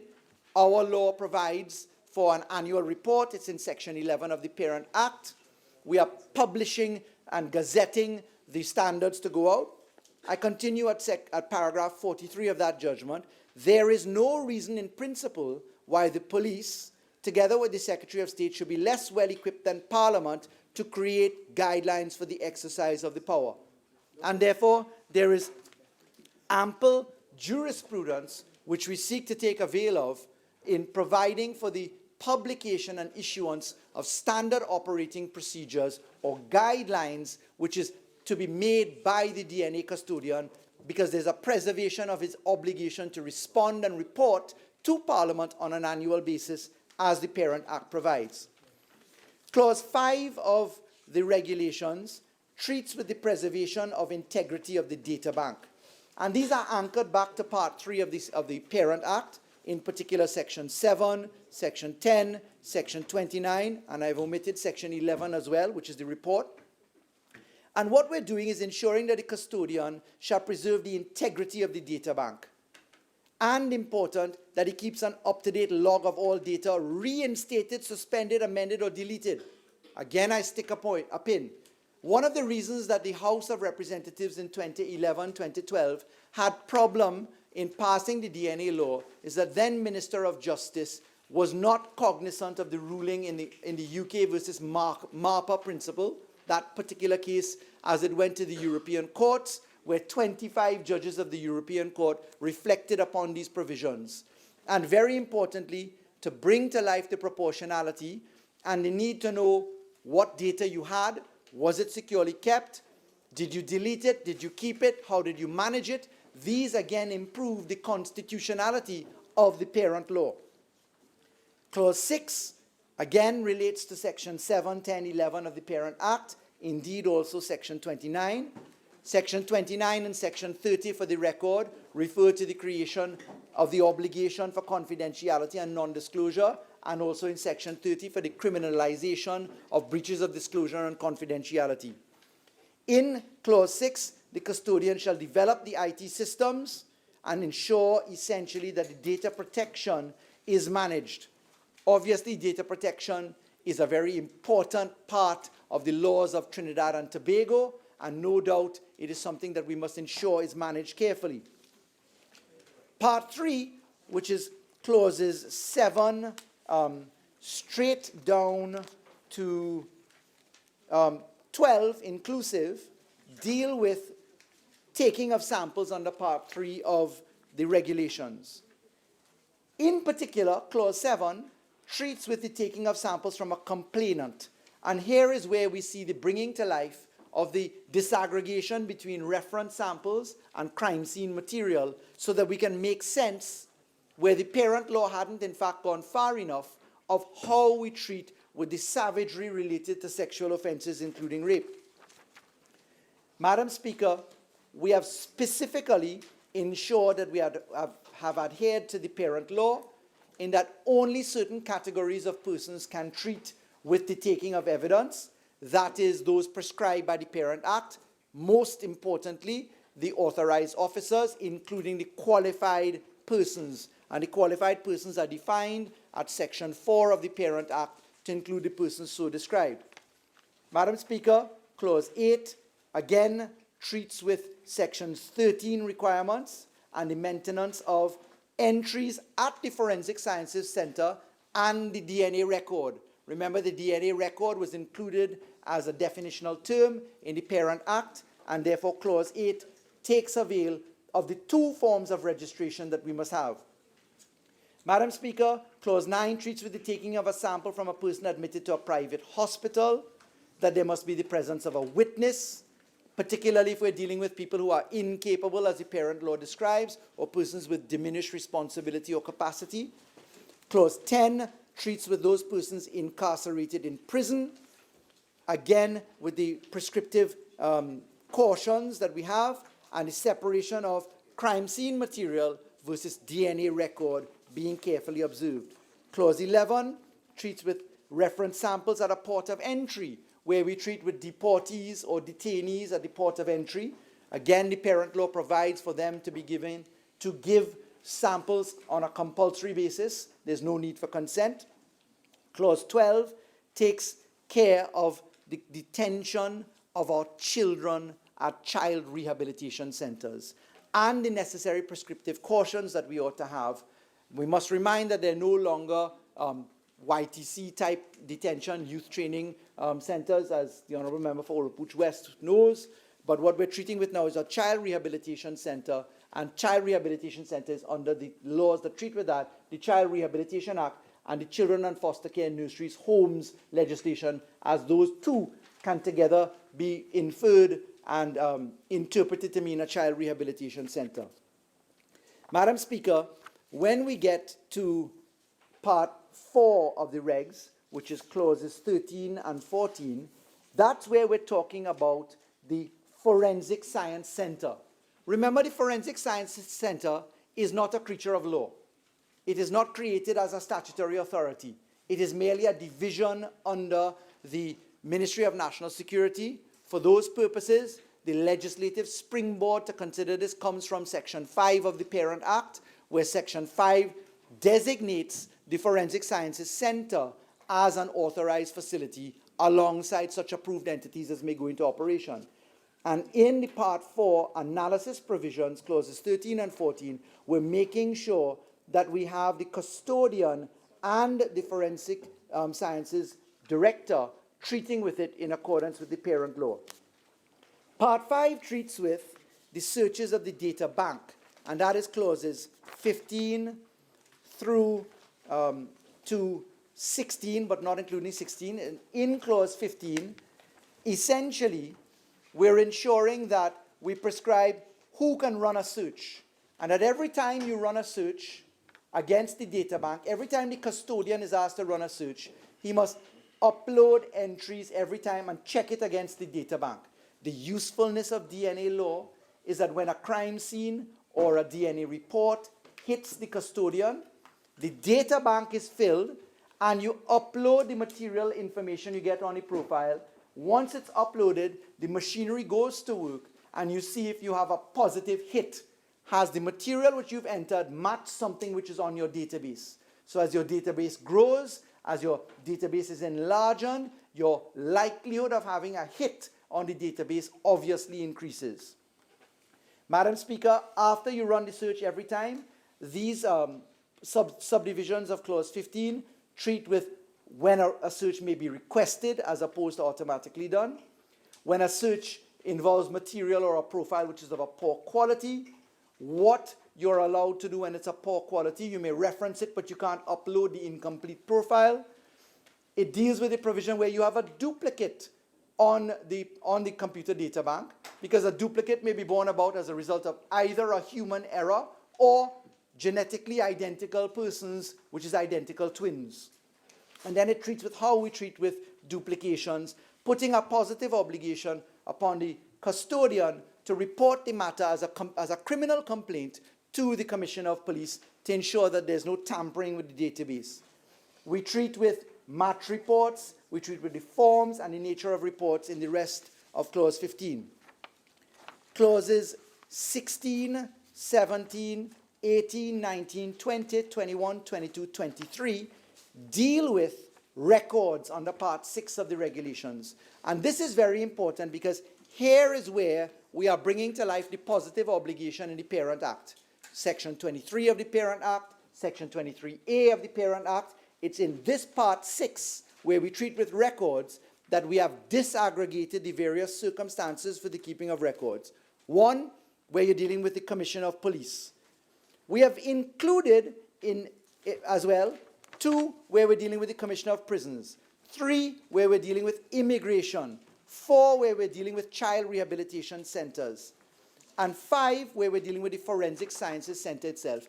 But, Madam Speaker, very importantly, what we're doing is putting in a time frame for uploading. A senior officer in charge of a place directed by Commissioner of Prisons, etc., shall every 7 days forward a log of every entry made in the DNA record and register of crime scene material. And we ensure, therefore, that there is a continuous reporting requirement built into the law so that we can take this into operation. And this part, therefore, Part 6 of the regulations, is the core part which matches up on the positive obligation in the Parent Act.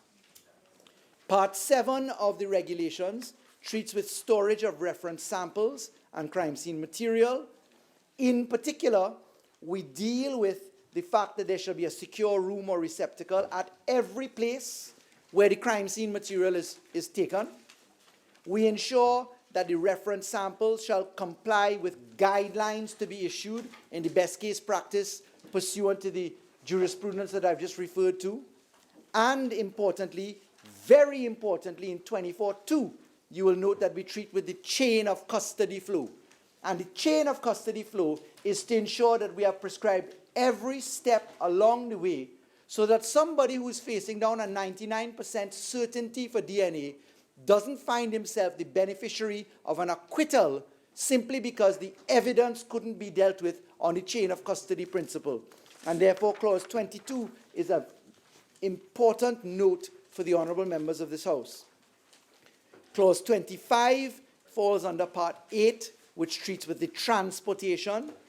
We, in treating with transportation, deal with a mandatory requirement that crime scene material or reference samples collected shall in no case be delivered more than 7 days after collected. And that is to ensure that we get the material to the Forensic Sciences Center, not only in a good state and condition, but on time or within a reasonable time to ensure the driving of the positions. Members may think that that time frame may be long if you're dealing with degrading material such as matter which can, decompose and by way of bacterial or other infections or positions. But these have come from the prescriptions of the DNA custodian, and in particular, they're to be borne in mind that they come about as a result of the storage requirements that the custodian will prescribe every place must have: refrigeration, receptacles, etc. Part 9 treats with privacy standards, security, and access, and that is Clause 26, Clause 27, Clause 28, inclusive, those three clauses. And very importantly, we are treating with that element of the law that causes every jurisdiction around the world that has DNA laws concern, ensuring that privacy is done on an encryption basis, that the electronic system and transformation is encrypted end-to-end, that the data access points are very carefully managed, that we know who accesses, who has live feed from these entities, because confidentiality is obviously an important requirement, because the golden thread, the golden rule of law of being innocent until proven guilty in these forms of matters is very critical. Very often people may make allegations resulting in suspicion, resulting in charge, but when the due process of law goes through, what is colored to be an argument may be very different from the actual facts. And we've seen that in our jurisdiction in umpteen forms and fashions.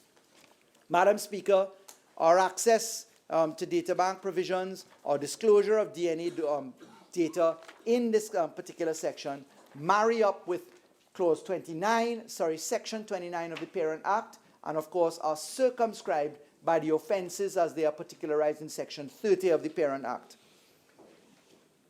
Part 10, Clause 29 and Clause 30 treat with, again, how we treat with evidence. In Clause 29, when the Forensic Sciences Center receives reference samples in Forms 2, Form 4, and Form 6 of the Parent Act, under Schedule 2 of the Parent Act, the question of who keeps original and who has copy had to be mapped out, and therefore we've treated with it in this particular clause, Clause 29, and Clause 30, as I mentioned earlier, treats with the Commissioner of Police causing a register to be created and maintained for the purpose of recording information set out in Schedule 4. And that, of course, brings to life the disaggregation between reference sample and crime scene material. The schedules which are annexed treat with the prescription pursuant to Regulations 15.9, 28.2, and that's Form 1 of Schedule 1. Form 2 treats with Section 28.2, and that deals with the request for disclosure under 26.2. Form 3 treats with Regulation 29, the record of taking crime scene material and chain of custody crime scene material other than from a complainant. And then we treat with Schedule 2, which is the information to be contained in a DNA record. Schedule 3, the information to be recorded by the Forensic Sciences Center. Schedule 4, the information to be recorded in the crime scene material register.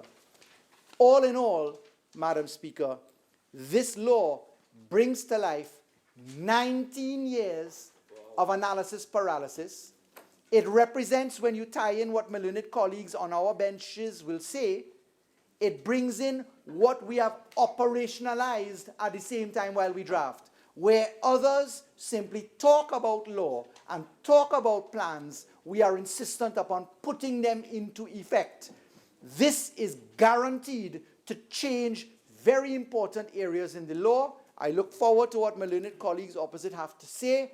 I remind that this debate does not permit for amendment of the regulations because they're already implemented. So regulations are not on in terms of the procedure of Parliament for affirmative resolution, and I beg to move. Very good.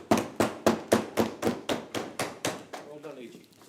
Honourable members, I will now propose the question for debate.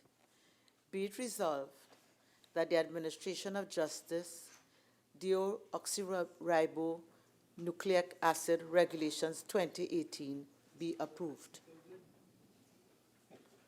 Member for Caroni Central. Thank you very much. Thank you very much, Madam Speaker. I listened attentively to the Attorney General present the regulations that he has brought before this House for affirmative resolution by the members of Parliament in the House of Representatives. And he started by giving a history, or can I say an interpretation of history of the bill. I will not contest many of the interpretations because I think we on this side have grown tired of hearing the government come here and say that we did such a thing and we did not do it well, or we didn't do it, and they are now, you know, the fixers of everything in Trinidad and Tobago. So I won't even engage that. But I do want to say that this particular set of regulations are important regulations. And it, for the benefit, Madam Speaker, through you, of the population, these regulations have to do with a bill that was passed in 2012. And the Attorney General ignored a part of the history.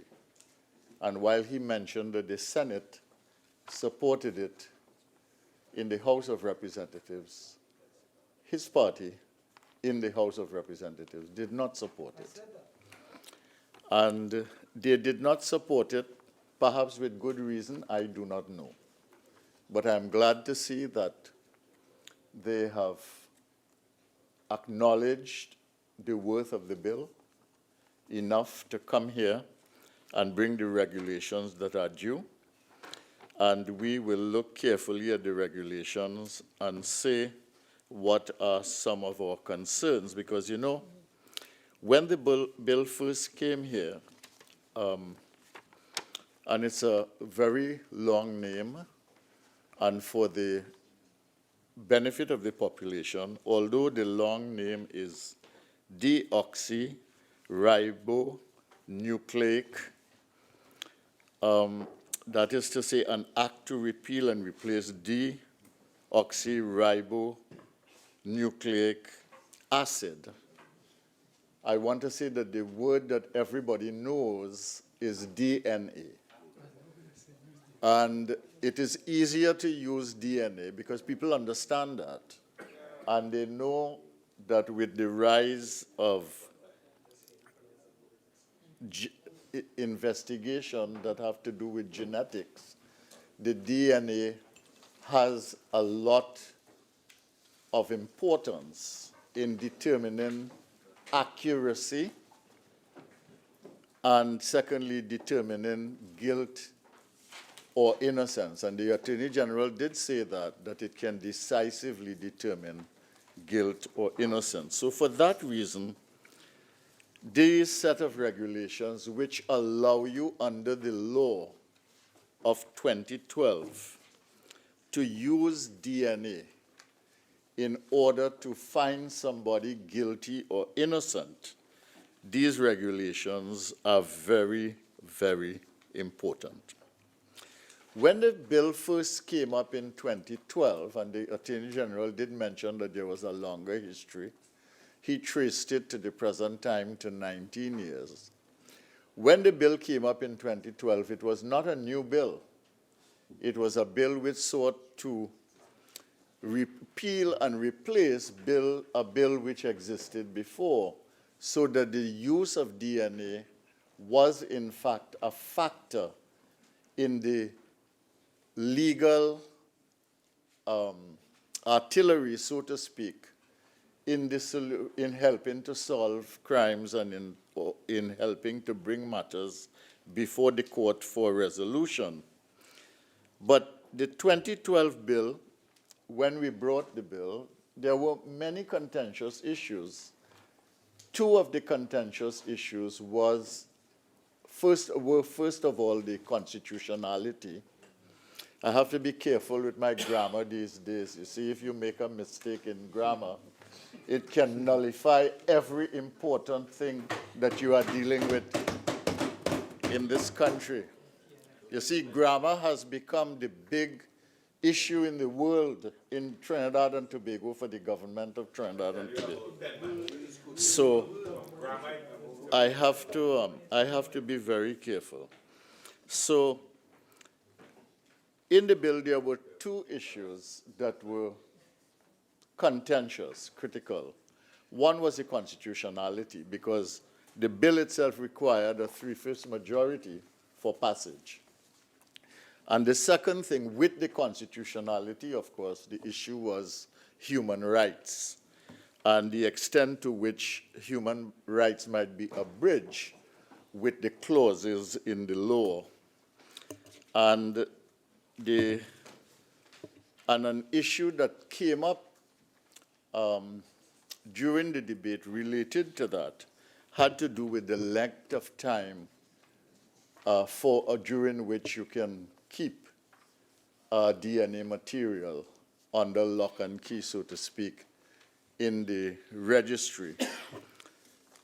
But all of those things, therefore, make it required of us that we look at the regulations very carefully.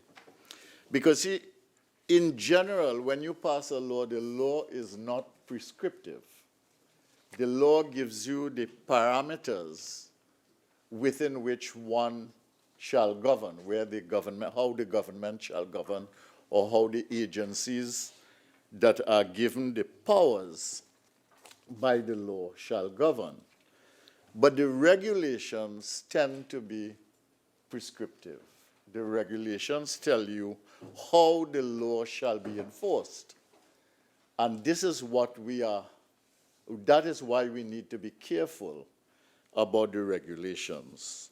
So while we have no problem with bringing the regulations, and we know that the regulations are overdue, while we have no problems with that, we do have some issues that we want to raise in relation to the regulations. So I will go directly to the regulations and deal with some of these issues.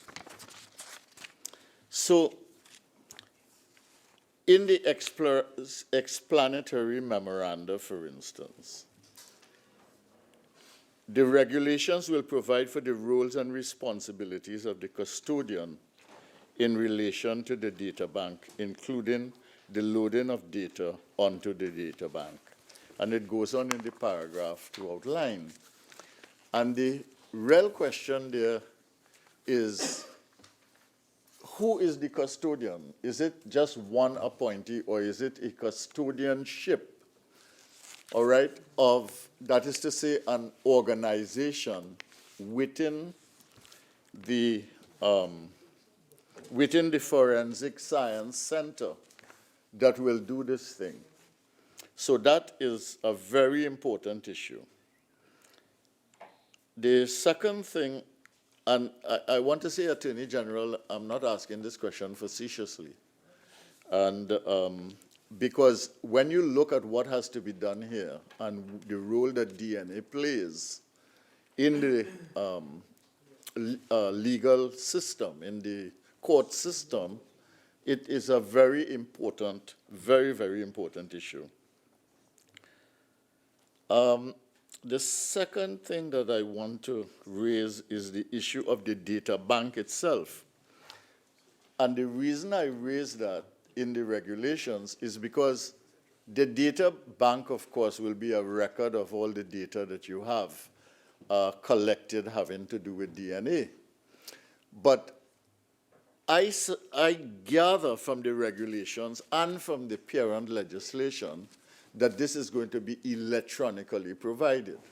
But I get the feeling, because of the process of taking DNA from somebody, protecting it, getting it to the place where it must be assessed and scrutinized, that there are logs involved, and I don't know if those logs are log books. All right, for instance, I don't know, if you go to the police station for any matter at all and they have to record it, whether it's a traffic matter or whether it is a complaint or whether it is to pay a gun license or whatever it is. You have these large books and receipts and so on, etc. And sometimes you wonder if these things are properly kept.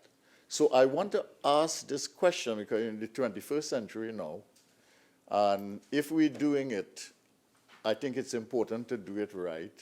Are we going to have all of this data stored electronically and a system that connects and allows you to move the data freely? Because If you want to do a search for someone in the United States, for instance, in other words, if somebody in the United States asks you to do a search for them in Trinidad and Tobago, will you be able to receive what they send you electronically?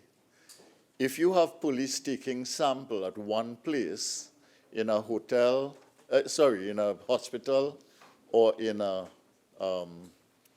health center, as the regulations outline and as the bills outline, are you going to do that electronically, or is this thing recorded in a book, and you put the sample in some kind of a receptacle and take it to the station? And I'm really, really concerned about whether we are going to be prepared to make the legislation valuable in terms of what the intention of the bill is. All right, so I raised those two issues. The second thing is I noticed something about the custodian and about the director of the forensic center.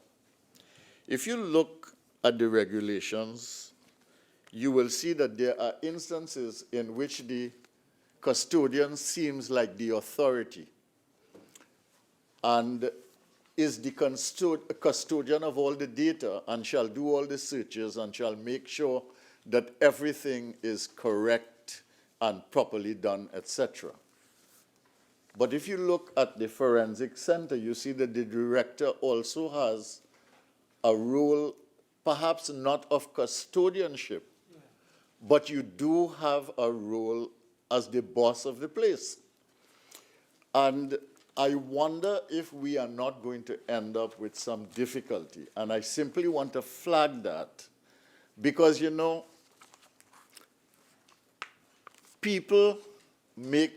systems are important, but people make systems work or not work.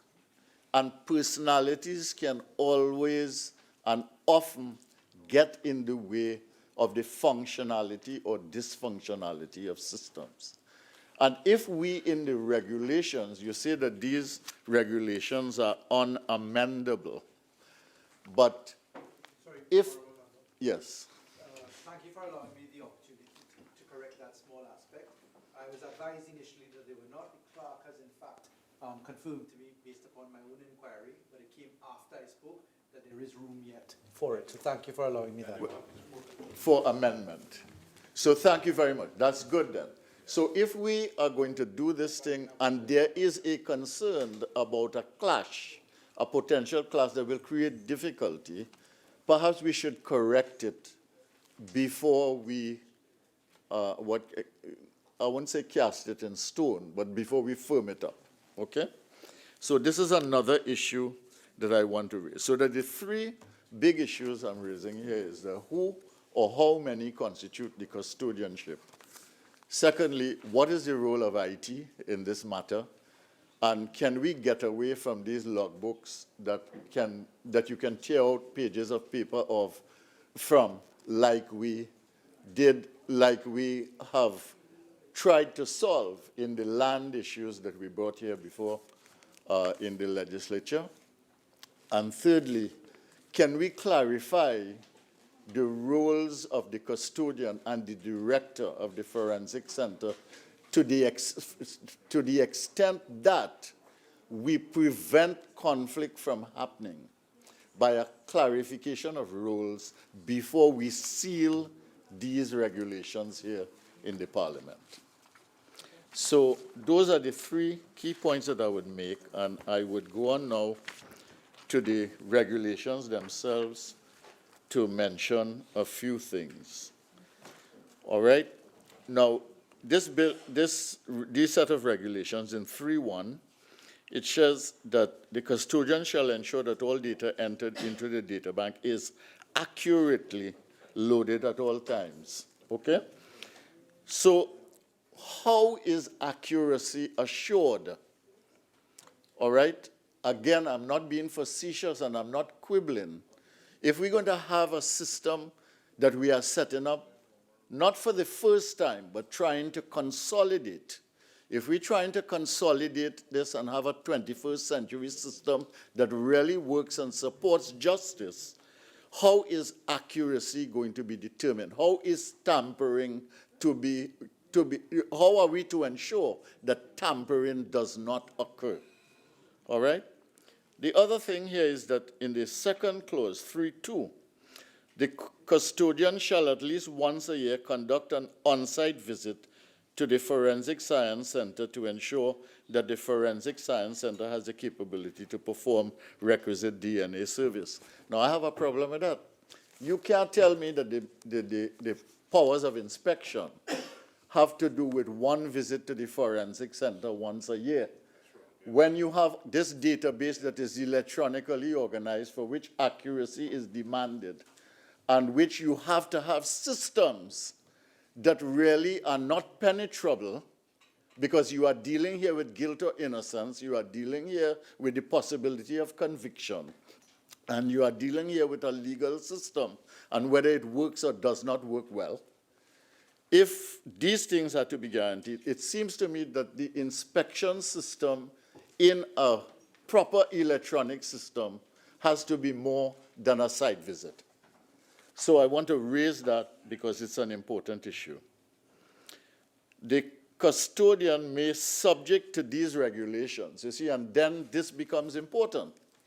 Because anything the custodian does, or the other members of his team, if there are other members of the team, anything that they do can be justified under these regulations. So you get this regulation wrong, or you create a loophole in the regulation, and you can end up creating a problem simply because of the fact that the loophole exists, okay?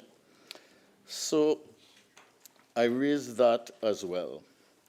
The custodian shall from time to time set the minimum standards in accordance with international best practice for entry into and removal of data for the data bank.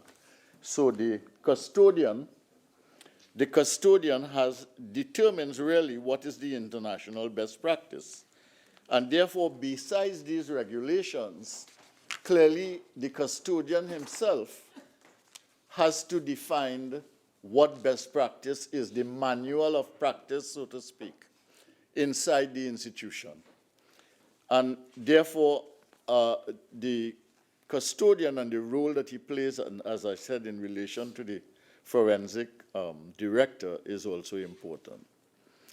Now, finally, to whom is the custodian accountable?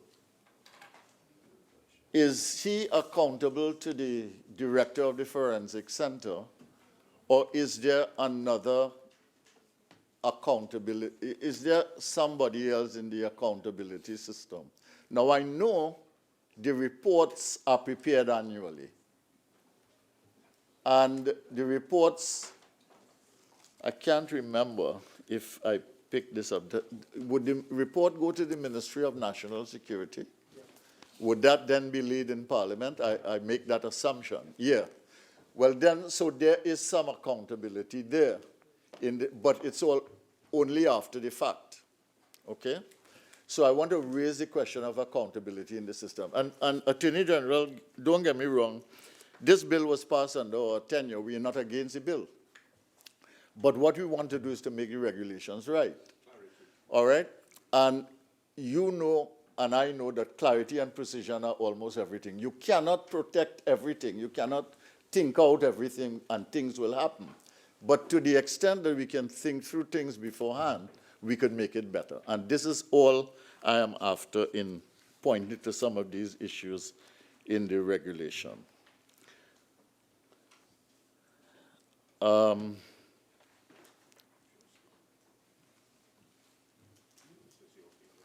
And in the definition, you see the definitions in part 2 of the regulations of what the custodian shall do, including reinstatement, suspension, amendment, or deletion from the data bank, including, I mean, all of those things really make it essential that the by these duties, we have to make sure that the accountability question is an important question.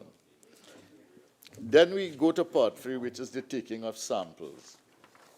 And the big issue here in the samples is really the protection of the rights of the individuals, which were raised when the parent bill was being debated.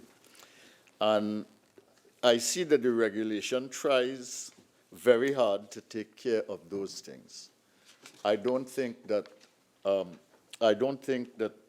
there are any attempts here to deny fairness to the individual who, in this particular situation, would be the accused or the suspected, etc. And there's a distinction made, as in the bill, between how you do the voluntary DNA sample and how you do the one which is required under law, because you now have the power to do it.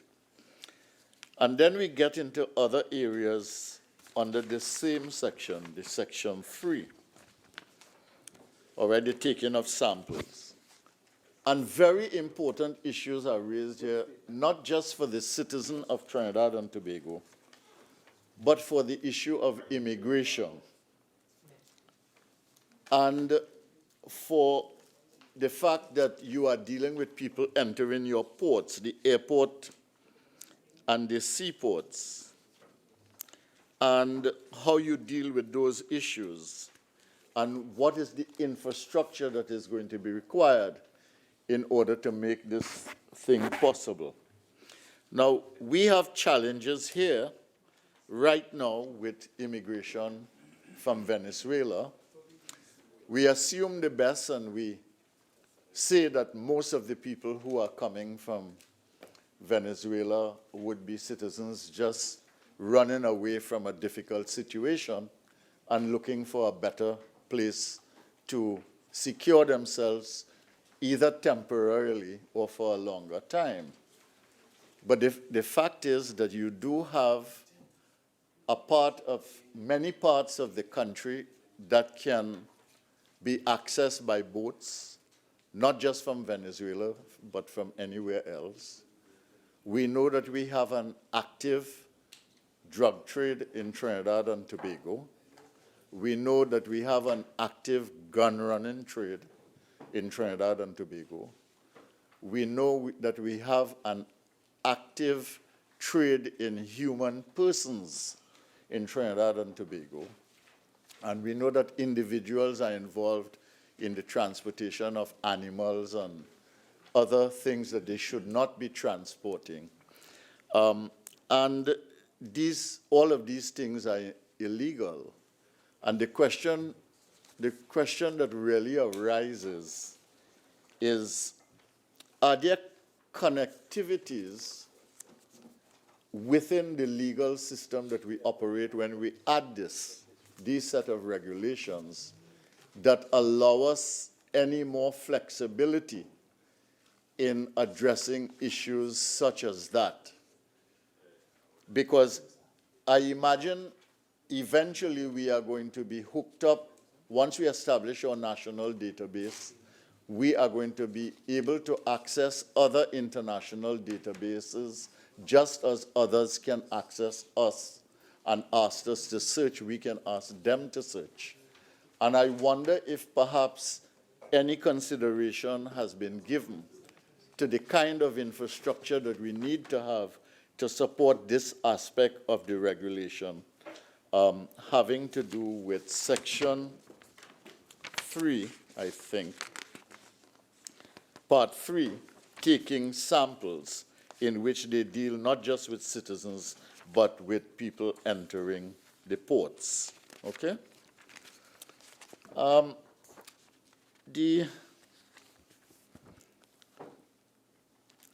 Now, in Part 4, now I think the AG would have to explain a little bit about the child for me, which is on page 6 of the regulations, having to do with a child child rehabilitation center for the first time or subsequent time and so on, because there's something and there either I don't understand it or I missed it or I didn't connect it well to the parent bill. But I could not understand its role in the regulation. Huh? Yes. Why don't you do it when you respond? Okay. Okay. So that is what it links to? Yeah. Okay. No, I always give way. I don't have a problem. But the other thing I'm concerned about in Part 4 is the analysis. Under Part 4, under analysis, where you have things in 13.1 as soon as possible, and then you have it repeated again in 13.2 as soon as possible. Can we put some definite timelines in these things? Why can't we have the DNA samples done within whatever it takes? I mean, you all would know, perhaps by consultation, what the time would be required to do this thing properly. Can't it be 2 weeks or a month or 3 days or whatever it is? And we put it into the legislation. What is this thing where you, as soon as possible? That could be forever. You know what happens when you have loopholes like this?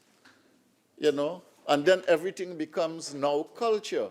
So when you develop a culture where as soon as possible becomes 6 months or a year, that has implications for the entire legal system, the justice system, which is already backed up with all these courts, all these cases that cannot be heard.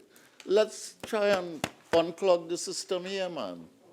This is something modern that we are doing, you know. And then in 14, prior to the profile being sent to the custodian, the Forensic Science Center or the approved laboratory shall ensure that the profile sent to the custodian does not identify the person to whom the profile relates. Now, this is an issue having really to do with human rights. And the question is, who shall ensure? How shall this be ensured? Prior to a profile being sent to the custodian, the Forensic Science Center or the approval laboratory shall ensure that the profile sent to the custodian does not identify the person to whom the profile relates. Who shall ensure? Is it when the custodian sees it or when, you know? Now, I want to say that I did look at the forms in the back. I looked at the forms in the back, and I see that the forms do conform to what the regulations say. All right? So I'm not trying to make an issue. And this other issue on page 8, searches of the data bank, where you shall accept something without meeting the minimum standards, and then the custodian can determine whether or not they are going to include it in the database. First of all, I would like to ask, well, how, if you don't put it in the database, are you going to assess the sample against others in the searches? And secondly, if they don't meet the standards, why should you allow it to be in the database? And what implications do the standards have for, I don't know. I don't know these things. I mean, I am not an expert on these things, but I mean, is there any implication for not meeting the standards of contamination of the database, or is there any issue that is involved that I don't understand for which you have to have minimum standards? The minimum standards... Member for Caroni Central, the original 30 minutes are now spent. You're entitled to 15 more minutes if you wish to avail yourself. You may proceed. I would like to, Madam Speaker. Thank you very much.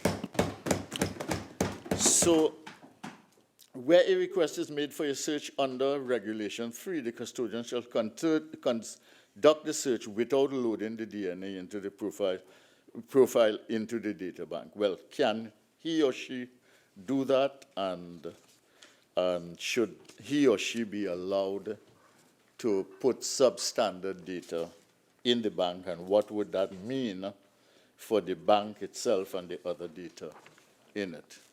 Okay? And then we go on to section 6.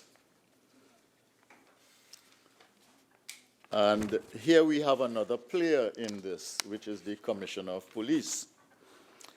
A DNA record shall contain the data elements set out in Schedule 2, and then the Commissioner of Police, and then through him, senior officers in charge, etc., have certain roles.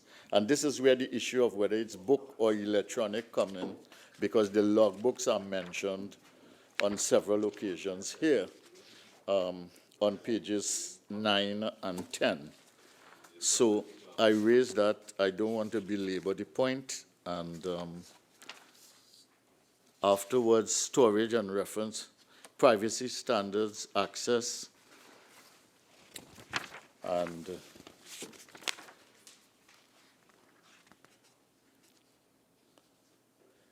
so on 30, that's to say part 10, clause 30, the Commissioner of Police shall cause a register to be created and maintained for the purpose of recording the information set out in Schedule 4 in relation to all crime scene material that is collected and to be submitted to for the purpose of generating a DNA profile. Now, that raises other issues. One, is it a book or is it electronic?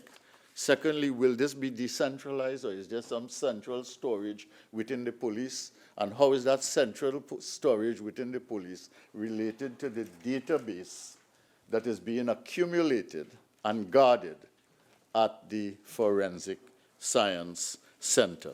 Okay? So I would say most of my presentation here today has really been in terms of queries for the purpose of clarification on issues such as the precision and clarity of the regulations, the role of the custodian and the nature of the custodianship, the integrity of the data bank and how it will be maintained, the issue of accountability for the custodian, the issue of a clash of interests or powers of the custodian and the director of the data bank, of the Center for Forensic Sciences. And those really would be my issues.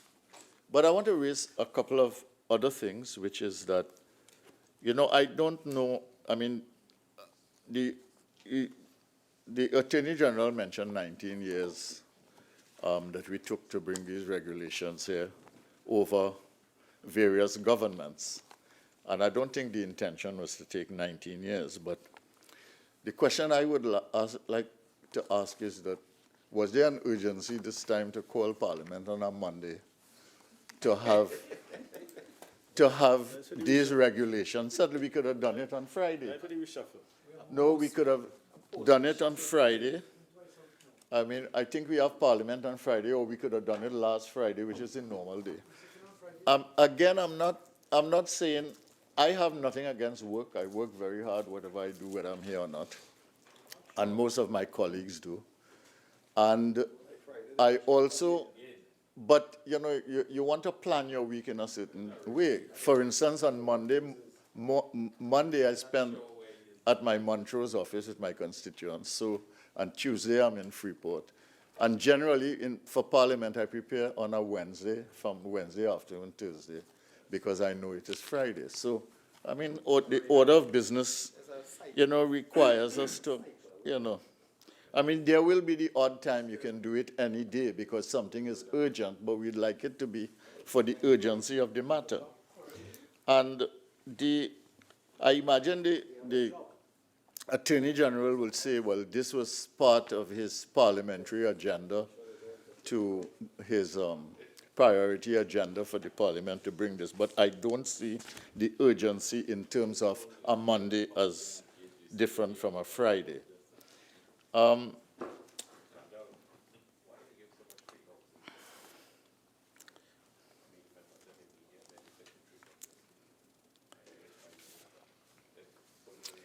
Now, I want to recognize the DNA bill here in context and to appreciate the fact, as the population itself appreciates, that simply getting these regulations right, and I hope that we will get them right, I hope we'll work together to get the right set of regulations. It will not address the skyrocketing rate of murders and crime in the country. And while we are dealing here with sexual offenses, etc., we are not dealing with predatory offenses when we have the opportunity to do it.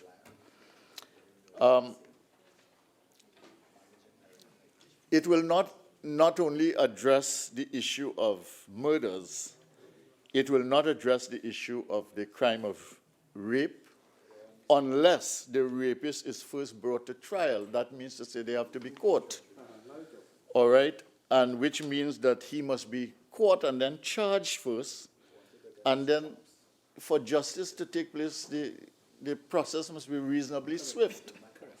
And this is where the DNA matter becomes important, and that's why I'm raising the issue of time. And we should really try to have a system in which, where the certainty of the DNA process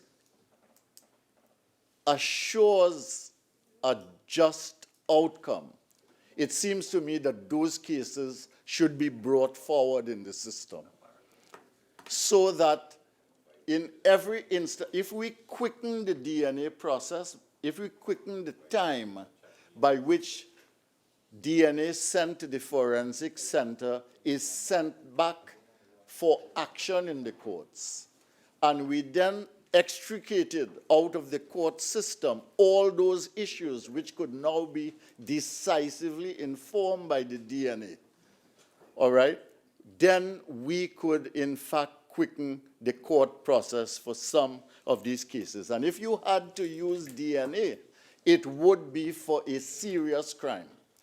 So for all serious crimes, it means that we could use this process of the DNA and the regulations we are now making to fast-track the court process for certain crimes in the country.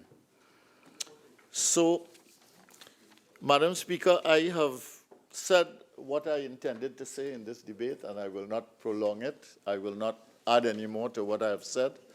I hope the Attorney General will take very seriously the issues that I've raised and understand that they are raised with the best of intentions to ensure that we have good regulations, and that at the end of the day, the justice system is improved in this country, because it sorely, very, very badly needs improvement. Thank you very, very much. Member for Port of Spain North, St. Anne's West. Thank you very much, Madam Speaker. Thank you, Member for Caroni Central, for your contribution. Madam Speaker, at the outset, if I may be permitted to put these regulations into context, because I think it's important that we bring it back squarely into context. I think most citizens in Trinidad and Tobago would accept that there is a need for us as legislators to provide those who are engaged in law enforcement, i.e. the Trinidad and Tobago Police Service, as well as those who are engaged in the prosecution of criminal activity and of crimes in the courts, that is the DPP's department, as well as the Trinidad and Tobago Police Service, and also those who are engaged in defending those who are accused of crime, i.e. criminal lawyers who practice at the criminal bar on the defense side, with as much technology and crime-solving, detection, and prosecution assets as possible to get the criminal justice system where it needs to be. Every citizen of Trinidad and Tobago, and those who look at television, would immediately know the importance of DNA. And we can't change the past. We can't change what has gone on since 2000 to now. So I won't waste time on that. And the fact that this legislation has been in existence since 2000, but I'd like to start my contribution as a citizen of Trinidad and Tobago and as a member of Parliament for Port of Spain North, St. Anne's West in thanking the Minister of National Security and his staff and the Attorney General and his staff for doing what should have been done before and for finally bringing to Parliament the regulations that are necessary for us to finally implement the use of DNA and DNA samples for the use in detection and prosecution of crime in Trinidad and Tobago. So I start by thanking them. These regulations, Madam Speaker, are all about implementation. And I listened very carefully to my friend and colleague from Caroni Central and what he spoke about. But the truth is, technology evolves, as we all know, and what may have been applicable in DNA technology, DNA usage, DNA storage, analysis, etc., 10, 15, 5 years ago, continues to evolve. So I'm sure that my friend would accept that in devising regulations for the implementation of this technology, one has to find a balance, and you have to strike a balance between the specifics of what exists now and today's date in technology and allowing a platform for those who are utilizing the technology, i.e. the custodian, law enforcement, prosecution, some area or some allowance for the scope to grow as the technology moves. And Madam Speaker, I'd like to say that having perused the regulations, I think that the Minister of National Security and the Attorney General have struck exactly that balance here today. The most important thing with DNA is what is known as the chain of custody. And I think anybody who has studied it or gives any moment of thought to it would accept that the chain of custody, meaning starting with the sampling and how you get the sampling into the database, but also when you go to a crime scene or you're taking samples from persons, to ensure that there's a proper chain of custody that makes sure that when that sample is taken, it is not influenced or tempered with, as my friend from Caroni says, and there's no attempt to distort it all the way through to the bank. And then when it is put into the bank, that you have a proper system in place for storage and that we're utilizing the best-in-class technology to ensure that you can then match with the database samples that come in after, etc. Because DNA is about a couple of things. First of all, making sure you have a wide database that has as many DNA samples as possible. So when a new sample is brought in from a crime scene or any other criminal activity, it can then be matched exactly. And what you have to do is you have to ensure that that chain of custody in building out your sample and your database is properly protected, is properly stored. No one can unduly or illegally influence it and distort it to make sure that in the future detection of crime, the wrong connection is then made. And I think what we understand is the technology that has improved over the course of years has now narrowed down. Once you have proper storage, you have a proper system in place to protect that storage, it has narrowed down the risk of there being any influencing or any wrong, any person who is not guilty being found guilty. So that's what DNA is really about. It is about narrowing that gap, narrowing the statistical gap for a person who is not guilty being accused wrongfully of a crime. And Madam Speaker, having looked at the regulations, I think we have gotten that match correct. I think we have found and struck the right balance. And I'd like, if I may be permitted, Madam Speaker, to start by going, for the purpose of the population understanding, directly to Schedule 2 of the regulations. And it's important that we, the citizens, understand, by looking at Schedule 2, exactly what information is to be contained in a DNA record. The first thing is the name of the person to whom the sample relates. The second is the date of birth of the person to whom the sample relates. The third is the sex of the person to whom the sample relates. Fourth is the race of the person to whom sample relates. Fifth is the name of the person taking the sample.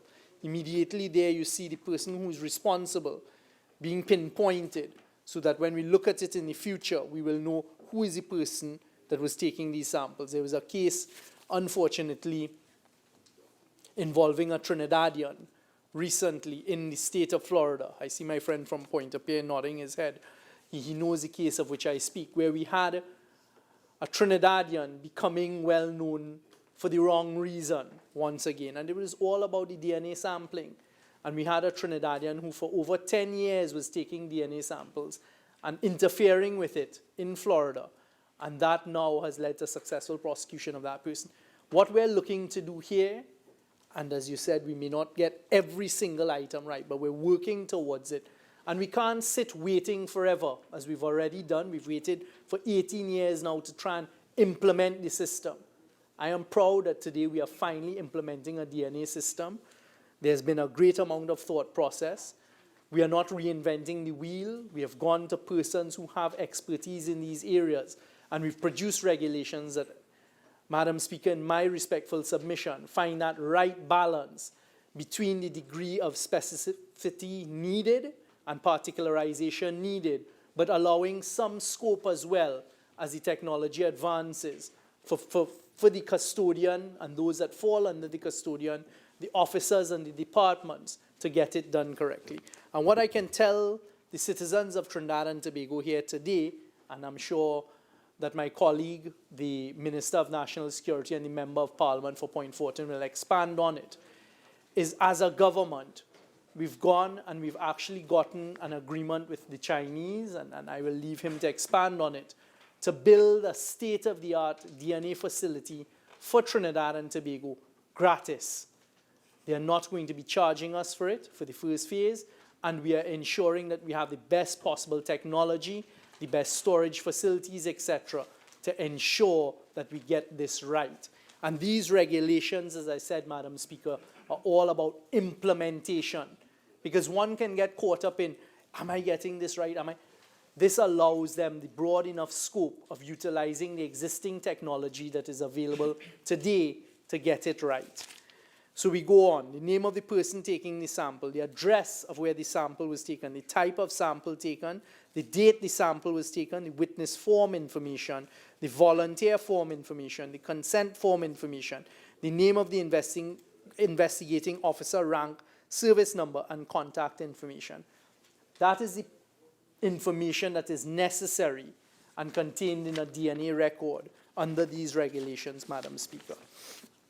And if we can see in the explanatory part of this regulation, it immediately says that this is intended to regulate the manner that DNA is collected, transported, stored, and entered into the DNA database, which is exactly what I was just saying. This is all about the chain of custody of DNA samples and ensuring that it can be properly utilized in detection of criminal activity and then in the successful prosecution of criminal activity, because the statistical opportunity for it to be wrong, I think, is less than 1%. And therefore, when you start to narrow that down to that extent, we are today, as a parliament, and we should be proud about it, providing law enforcement with yet another tool for them to successfully detect and prosecute criminal activity. And it's not only limited to the most horrendous of sexual offenses, which we abhor and we detest and we want to be able to successfully prosecute, but just by persons leaving at a crime scene, a part of their DNA sample, a hair particle, a sweat molecule that's picked up, anything like that, we're now narrowing the opportunity for them to escape the net of being caught by law enforcement and successfully prosecuted. And that is something that we should be proud of today. My friend from Caroni Central asked about the custodian. When you go to the Parent Act and you go to Section 8 of the Parent Act, you would see that it defines who the custodian is to be, that there is to be a deputy custodian individual, but then also that they have to be properly staffed, etc. And as you would be aware, being an experienced legislator, It's about delegation of duties, etc. All of that is provided for. So what we're doing is we're saying, similar to the public procurement, that you have a public procurement regulator, the custodian is equivalent, there'll be a deputy, etc. And finally, we have appointed somebody, correct, and that person is accountable. And finally, we have appointed somebody so they can get on with it. For them to be able to use DNA, these regulations are necessary. When you talked about at clause 3.2, the custodian shall at least once a year conduct an on-site visit. That's the bare minimum. Of course, it is not expected that the custodian will only conduct an on-site visit once a year, but that is the bare minimum. We would expect that to be carried out throughout the year on an ongoing basis. You talked about data being entered into the data bank and being accurately loaded. You would accept that it becomes very difficult through the use of language to essentially pinpoint what we mean by accurately loaded. But as you will see further on in the regulations, we talk about best in class and utilizing best in class. Again, that is the intention. That is what is being done, that the facilities and the technology would be best in class and that they would follow. As you would be aware, you would have certain policies and procedures then put in place as they start to build this out. So the custodian, at the standards are set out at clause 4, regulation 4, and say that the custodian shall from time to time set the minimum standards in accordance with international best practice for entry onto and removal of data from the data bank, which shall be published in the Gazette. So we've set out in the regulations that, listen, your minimum standard is best in class, and that is your minimum, and then they have to publish it in the Gazette. So it allows for transparency. Persons like Carney Central, who have an area of expertise, can then look at it and say, well, hold on, this isn't best in class policy. This is how you can improve it, etc. But what we're doing via the regulations is we're setting the minimum standard and saying, look, go out, get this thing done, implement it. But we're not bugbearing them and narrowing them and ring-fencing them by trying to be too specific in the regulations. We go on at 4.2 to say the custodian set standards under this regulation, and such standards shall be observed for entry and removal of data into the data bank, reinstatement, suspension, amendment of DNA profiles in the data bank, searching the data bank. So exactly as I just said, you now have to have proper policies and procedures for the further implementation. Regulation 5 talks about the preservation of the integrity in the data bank. And then Regulation 6, the information technology, and says that the custodian shall A, develop or cause to be developed the information technology systems necessary for administration of the data bank. The custodian is also now going to be held responsible for monitoring and improving software for the delivery of the custodian services. So we're trying to build in their accountability, transparency, because as we all recognize, the technology will improve and get better over time. And we're telling the custodian, look, you are responsible for that. Make sure that at any given point in time, you're utilizing what is available and the best that is available. Part 3, as you said, deals with the taking of samples. And this is where we introduce now a qualified person. Because, of course, it must be the protection of accused persons, that it is not just anybody who could come and take a sample, put it into the chain of custody, and then something goes awry. No. Only qualified persons would be allowed to do that. So a qualified person to take a sample as soon as practicable after the complainant has reported the alleged commission of a sexual offense.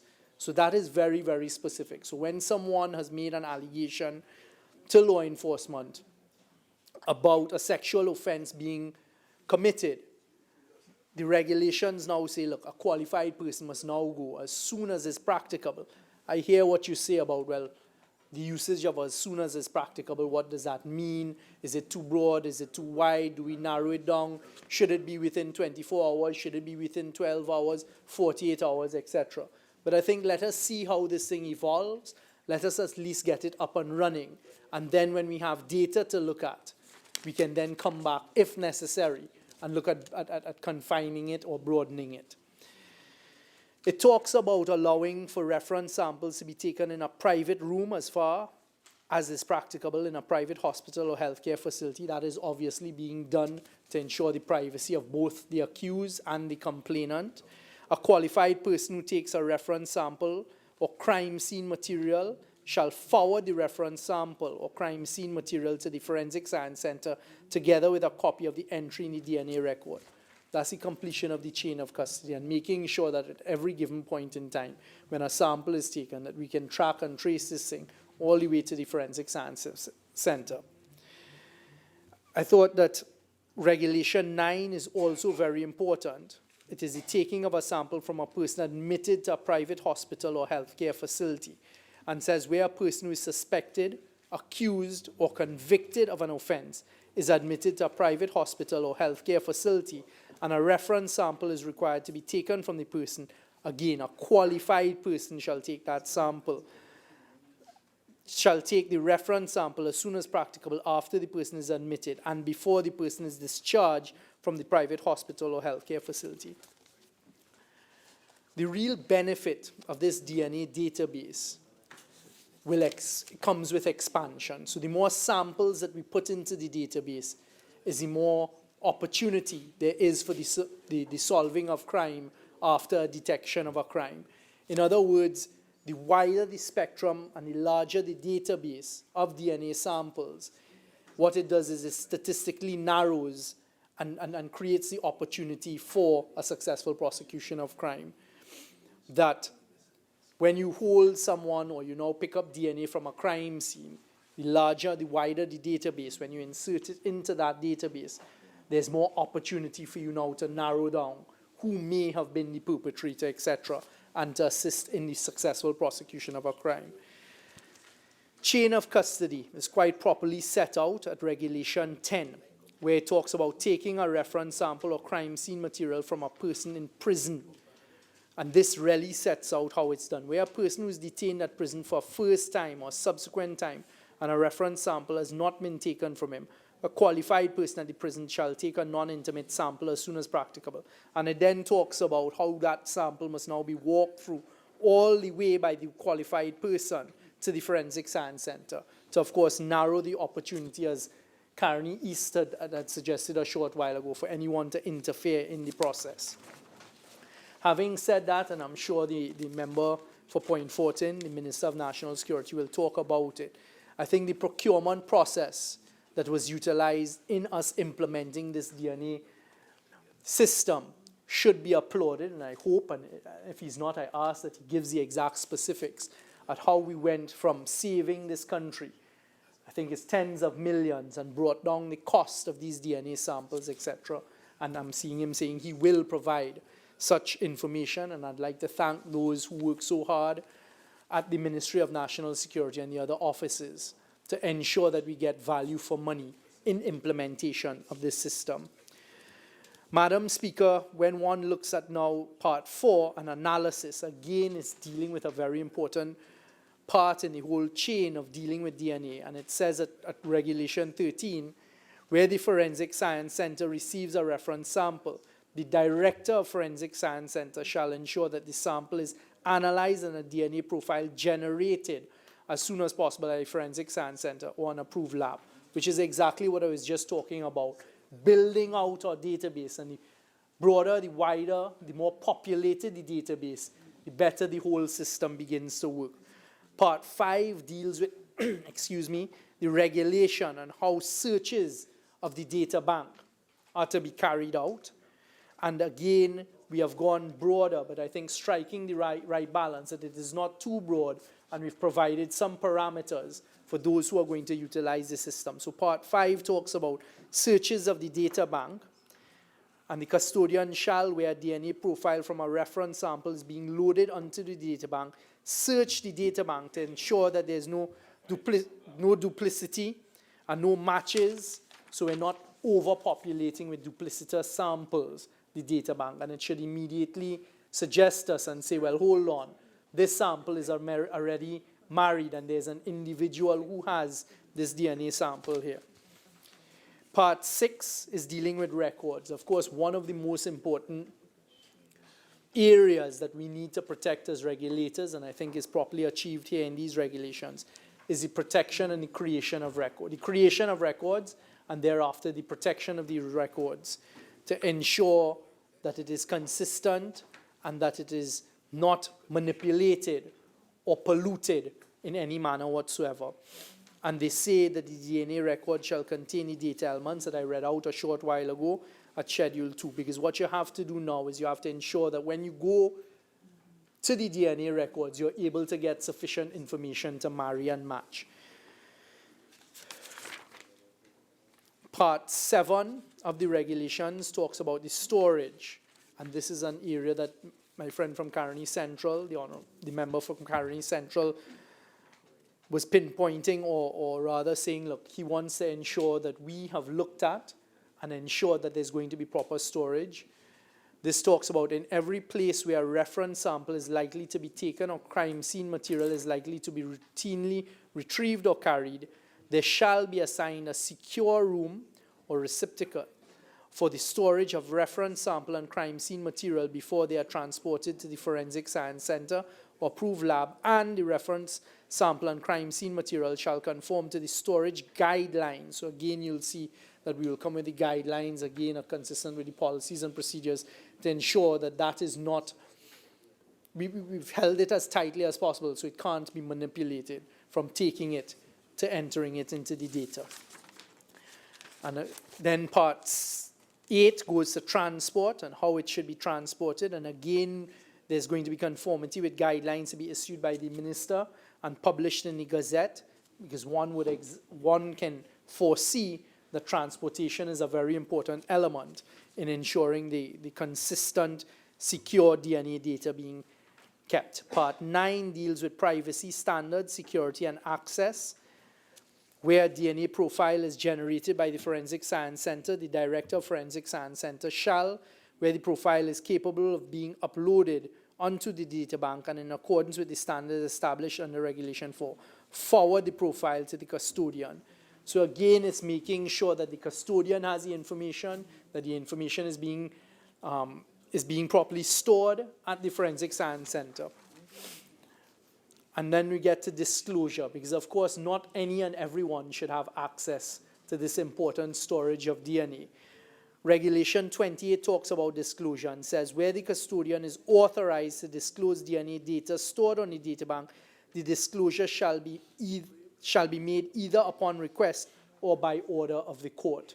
And of course that request must be by law enforcement or the court asking for such DNA to be provided.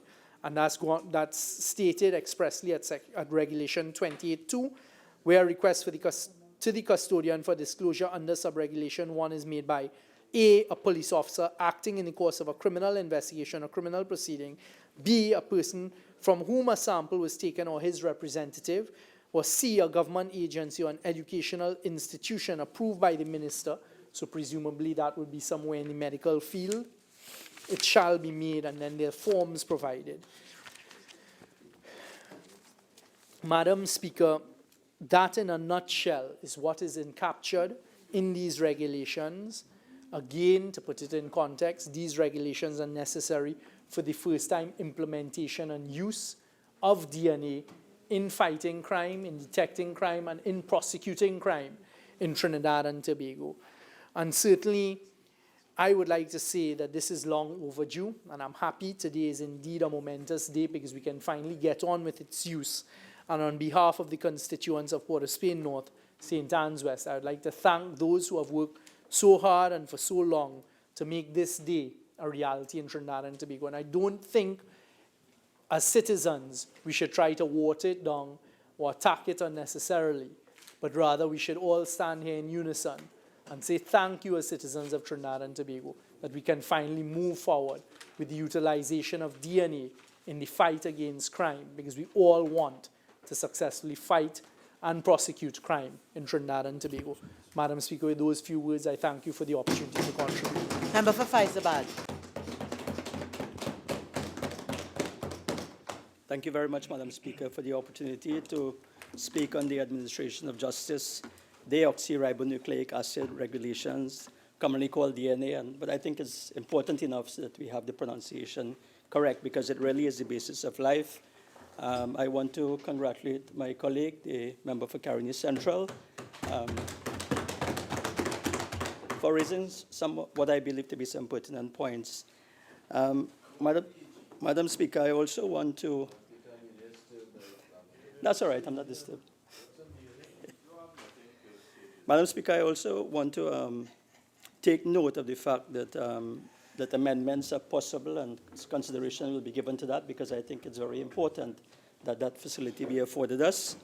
And I also want to take note of the fact that between the proclamation of the Parent Bill in 2012 and now that we are here to discuss these regulations, that the opportunity was taken to expand and to allow a broader base for these regulations. I think that's very important. My colleague, the member for Port of Spain, North St. Anne's West, made 2 points which I think are very important as we go forward trying to make the best regulations possible. And I think the chain of custody is extremely important, and I will speak to that, a few points that would be important in relation to that. And the state-of-the-art facility, I think it's very, very important, because DNA is something that has to be done properly for us to get the correct results. But, Madam Speaker, it would be remiss of me to discuss and to talk about such an important bill, and especially DNA, without giving a very brief history about what DNA really is. And if we look back at 1928, 90 years ago, a scientist by the name of Griffith, what he did is that, and Minister of Health, you would know the pneumococci, which is a bacteria that causes pneumonia. But there are two forms. There's one form that can actually be very innocent, and there's one form that can kill you. So it's called non-virulent form and a virulent form. And what the scientist actually did was that he took a mixture of the innocent form of the bacteria, added it to the virulent form, and what he found is that the one that was innocent was actually converted into a virulent form. And therefore, the scientists realized that nucleic acid was the basis of transmission of information from one organism to the other. Now, in 1953, it's also very important that we talk about Watson and Crick, and the Minister is well informed. And Watson and Crick were the scientists in 1953, some 55 years ago, who unraveled the structure of DNA and found that it was a double helical structure of something called amino acids. And amino acids are very important because they are the building blocks of all nature of structure. But so building on that, Madam Speaker, and I just, if you will permit me, I want to relate a story, and this story is very important. Actually, it's reality. It's not really a story. It's very important because this actually illustrates the pitfalls, the strengths of DNA, but it also illustrates the pitfalls. And this came about in 1984 when a geneticist from England, Leicester, by the name of Alec Jeffreys, he is now Sir, because of the work that he's done, he was subsequently knighted in 1994. But on the 10th of September 1984, he actually discovered, for the first time in the world, the first DNA fingerprinting from experiments that he did. And just to ensure that he did the right thing, he actually created the first DNA lab in the world, because what he did in his own lab is he went around, he cut himself, he allowed drops of blood to fall about in the lab, and checked again to ensure that those samples were valid and they were reproducible. So that's very, very important. But more than that, what happened is that from the DNA fingerprint, in 1987, 88, he was able to create what's called the DNA profile, which is what we are talking about in these regulations.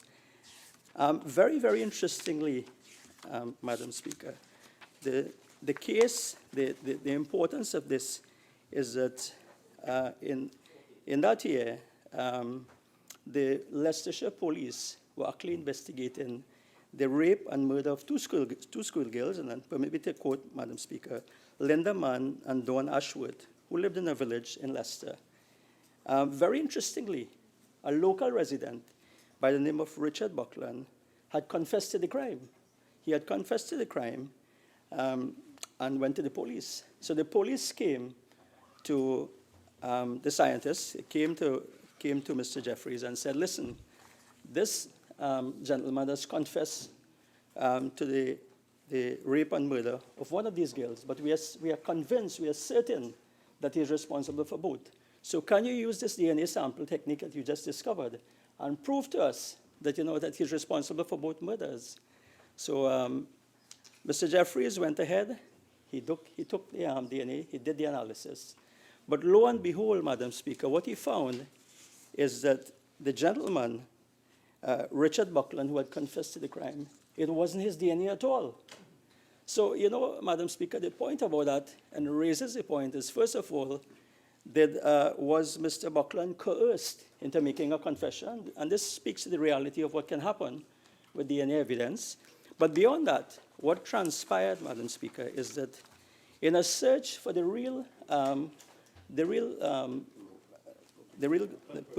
perpetrator of the crime, it was very interesting. And we talk about searching the DNA bank. So what the police in England did is that they went around the village and they convinced 14,000 young men around who could have been, you know, in the scene of the crime to give samples of the DNA, which they did. Very interestingly, none of them matched with the victims. But one night in a pub, a local man admitted to his friends that he had provided blood on behalf of a friend whose name was Colin Pitchfork. So it shows you here the pitfalls, Madam Speaker, that because they didn't discover the killer in the 14,000 samples, simply because the man who was guilty got a friend to give a sample.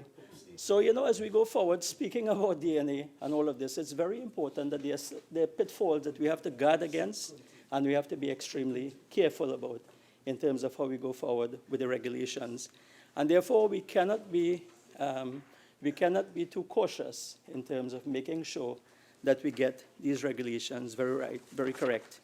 And I put forward those examples, Madam Speaker, simply to illustrate that there are many, many pitfalls involved. So DNA indeed is the blueprint of life because it gives a message from generation to generation in terms of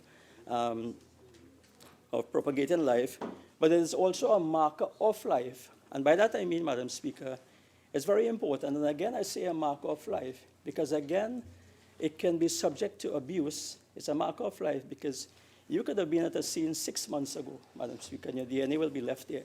And then 6 months later, a crime is committed, and a sample taken from that scene could produce your DNA. So, sorry. I take you to mean one. Sorry. I'm just an example, Madam. Thank you. But I'm just making, again, a point. So, we have to be very, very cautious. So the other important fact about DNA sampling, Madam Speaker, is that it carries very important information of what we call our traits and our possible susceptibility to disease. In other words, a DNA sample can predict certain things. If it gets into the wrong hands, Madam Speaker, it can prejudice an individual's chance of getting employment, of getting visas, for example, or even of getting health and life insurance. So it's very, very important that the custody of these samples, the samples are secured. I do want to point out, though, Madam Speaker, that the part of the DNA molecule that is used for fingerprinting and profiling generally does not carry the genetic information. In fact, it's termed junk DNA because it really is a portion of the DNA that is between what you call the genes, which carry the information. But it doesn't mean that someone who gets your sample cannot now go on to do a further analysis and get that information. So again, the type of analysis that's done, the security is very, very important. I just make that point. Because indeed, a DNA sample is really our own personal barcode. We walk around with our barcode on our fingers. We talk about the buccal smears in the regulations, which is the cheeks, and it's also present in the root of the hair, in our blood samples, and so on. And again, as we speak about blood sampling, I just want to make the point where we can have pitfalls. For example, Madam Speaker, if one has had what is called a bone marrow transfusion, and you took a sample from that person, you would find two types of DNA. You would find the person's original DNA, but you could also find the DNA of the transfused blood. And that can create some confusion if a proper history is not taken. Of course, Minister of Health, you will understand that. So, while we know that it has a tremendous amount of, is a powerful weapon in the fight against crime, I also want to point out to my colleagues here that there is also the tremendous potential for abuse if its use is not regulated properly, and this is why these regulations are extremely, extremely important. And I agree with my three colleagues who have spoken here that it's very, very important to get it right and to get it right the first time. So, Madam Speaker, these pitfalls are very important to avoid because it can make a difference between, convicting an innocent citizen as allowing to a guilty person to walk free. Honourable Member for Faisbad. Members, it is now 4:30. We shall take the suspension now, and we shall resume at 5 p.m.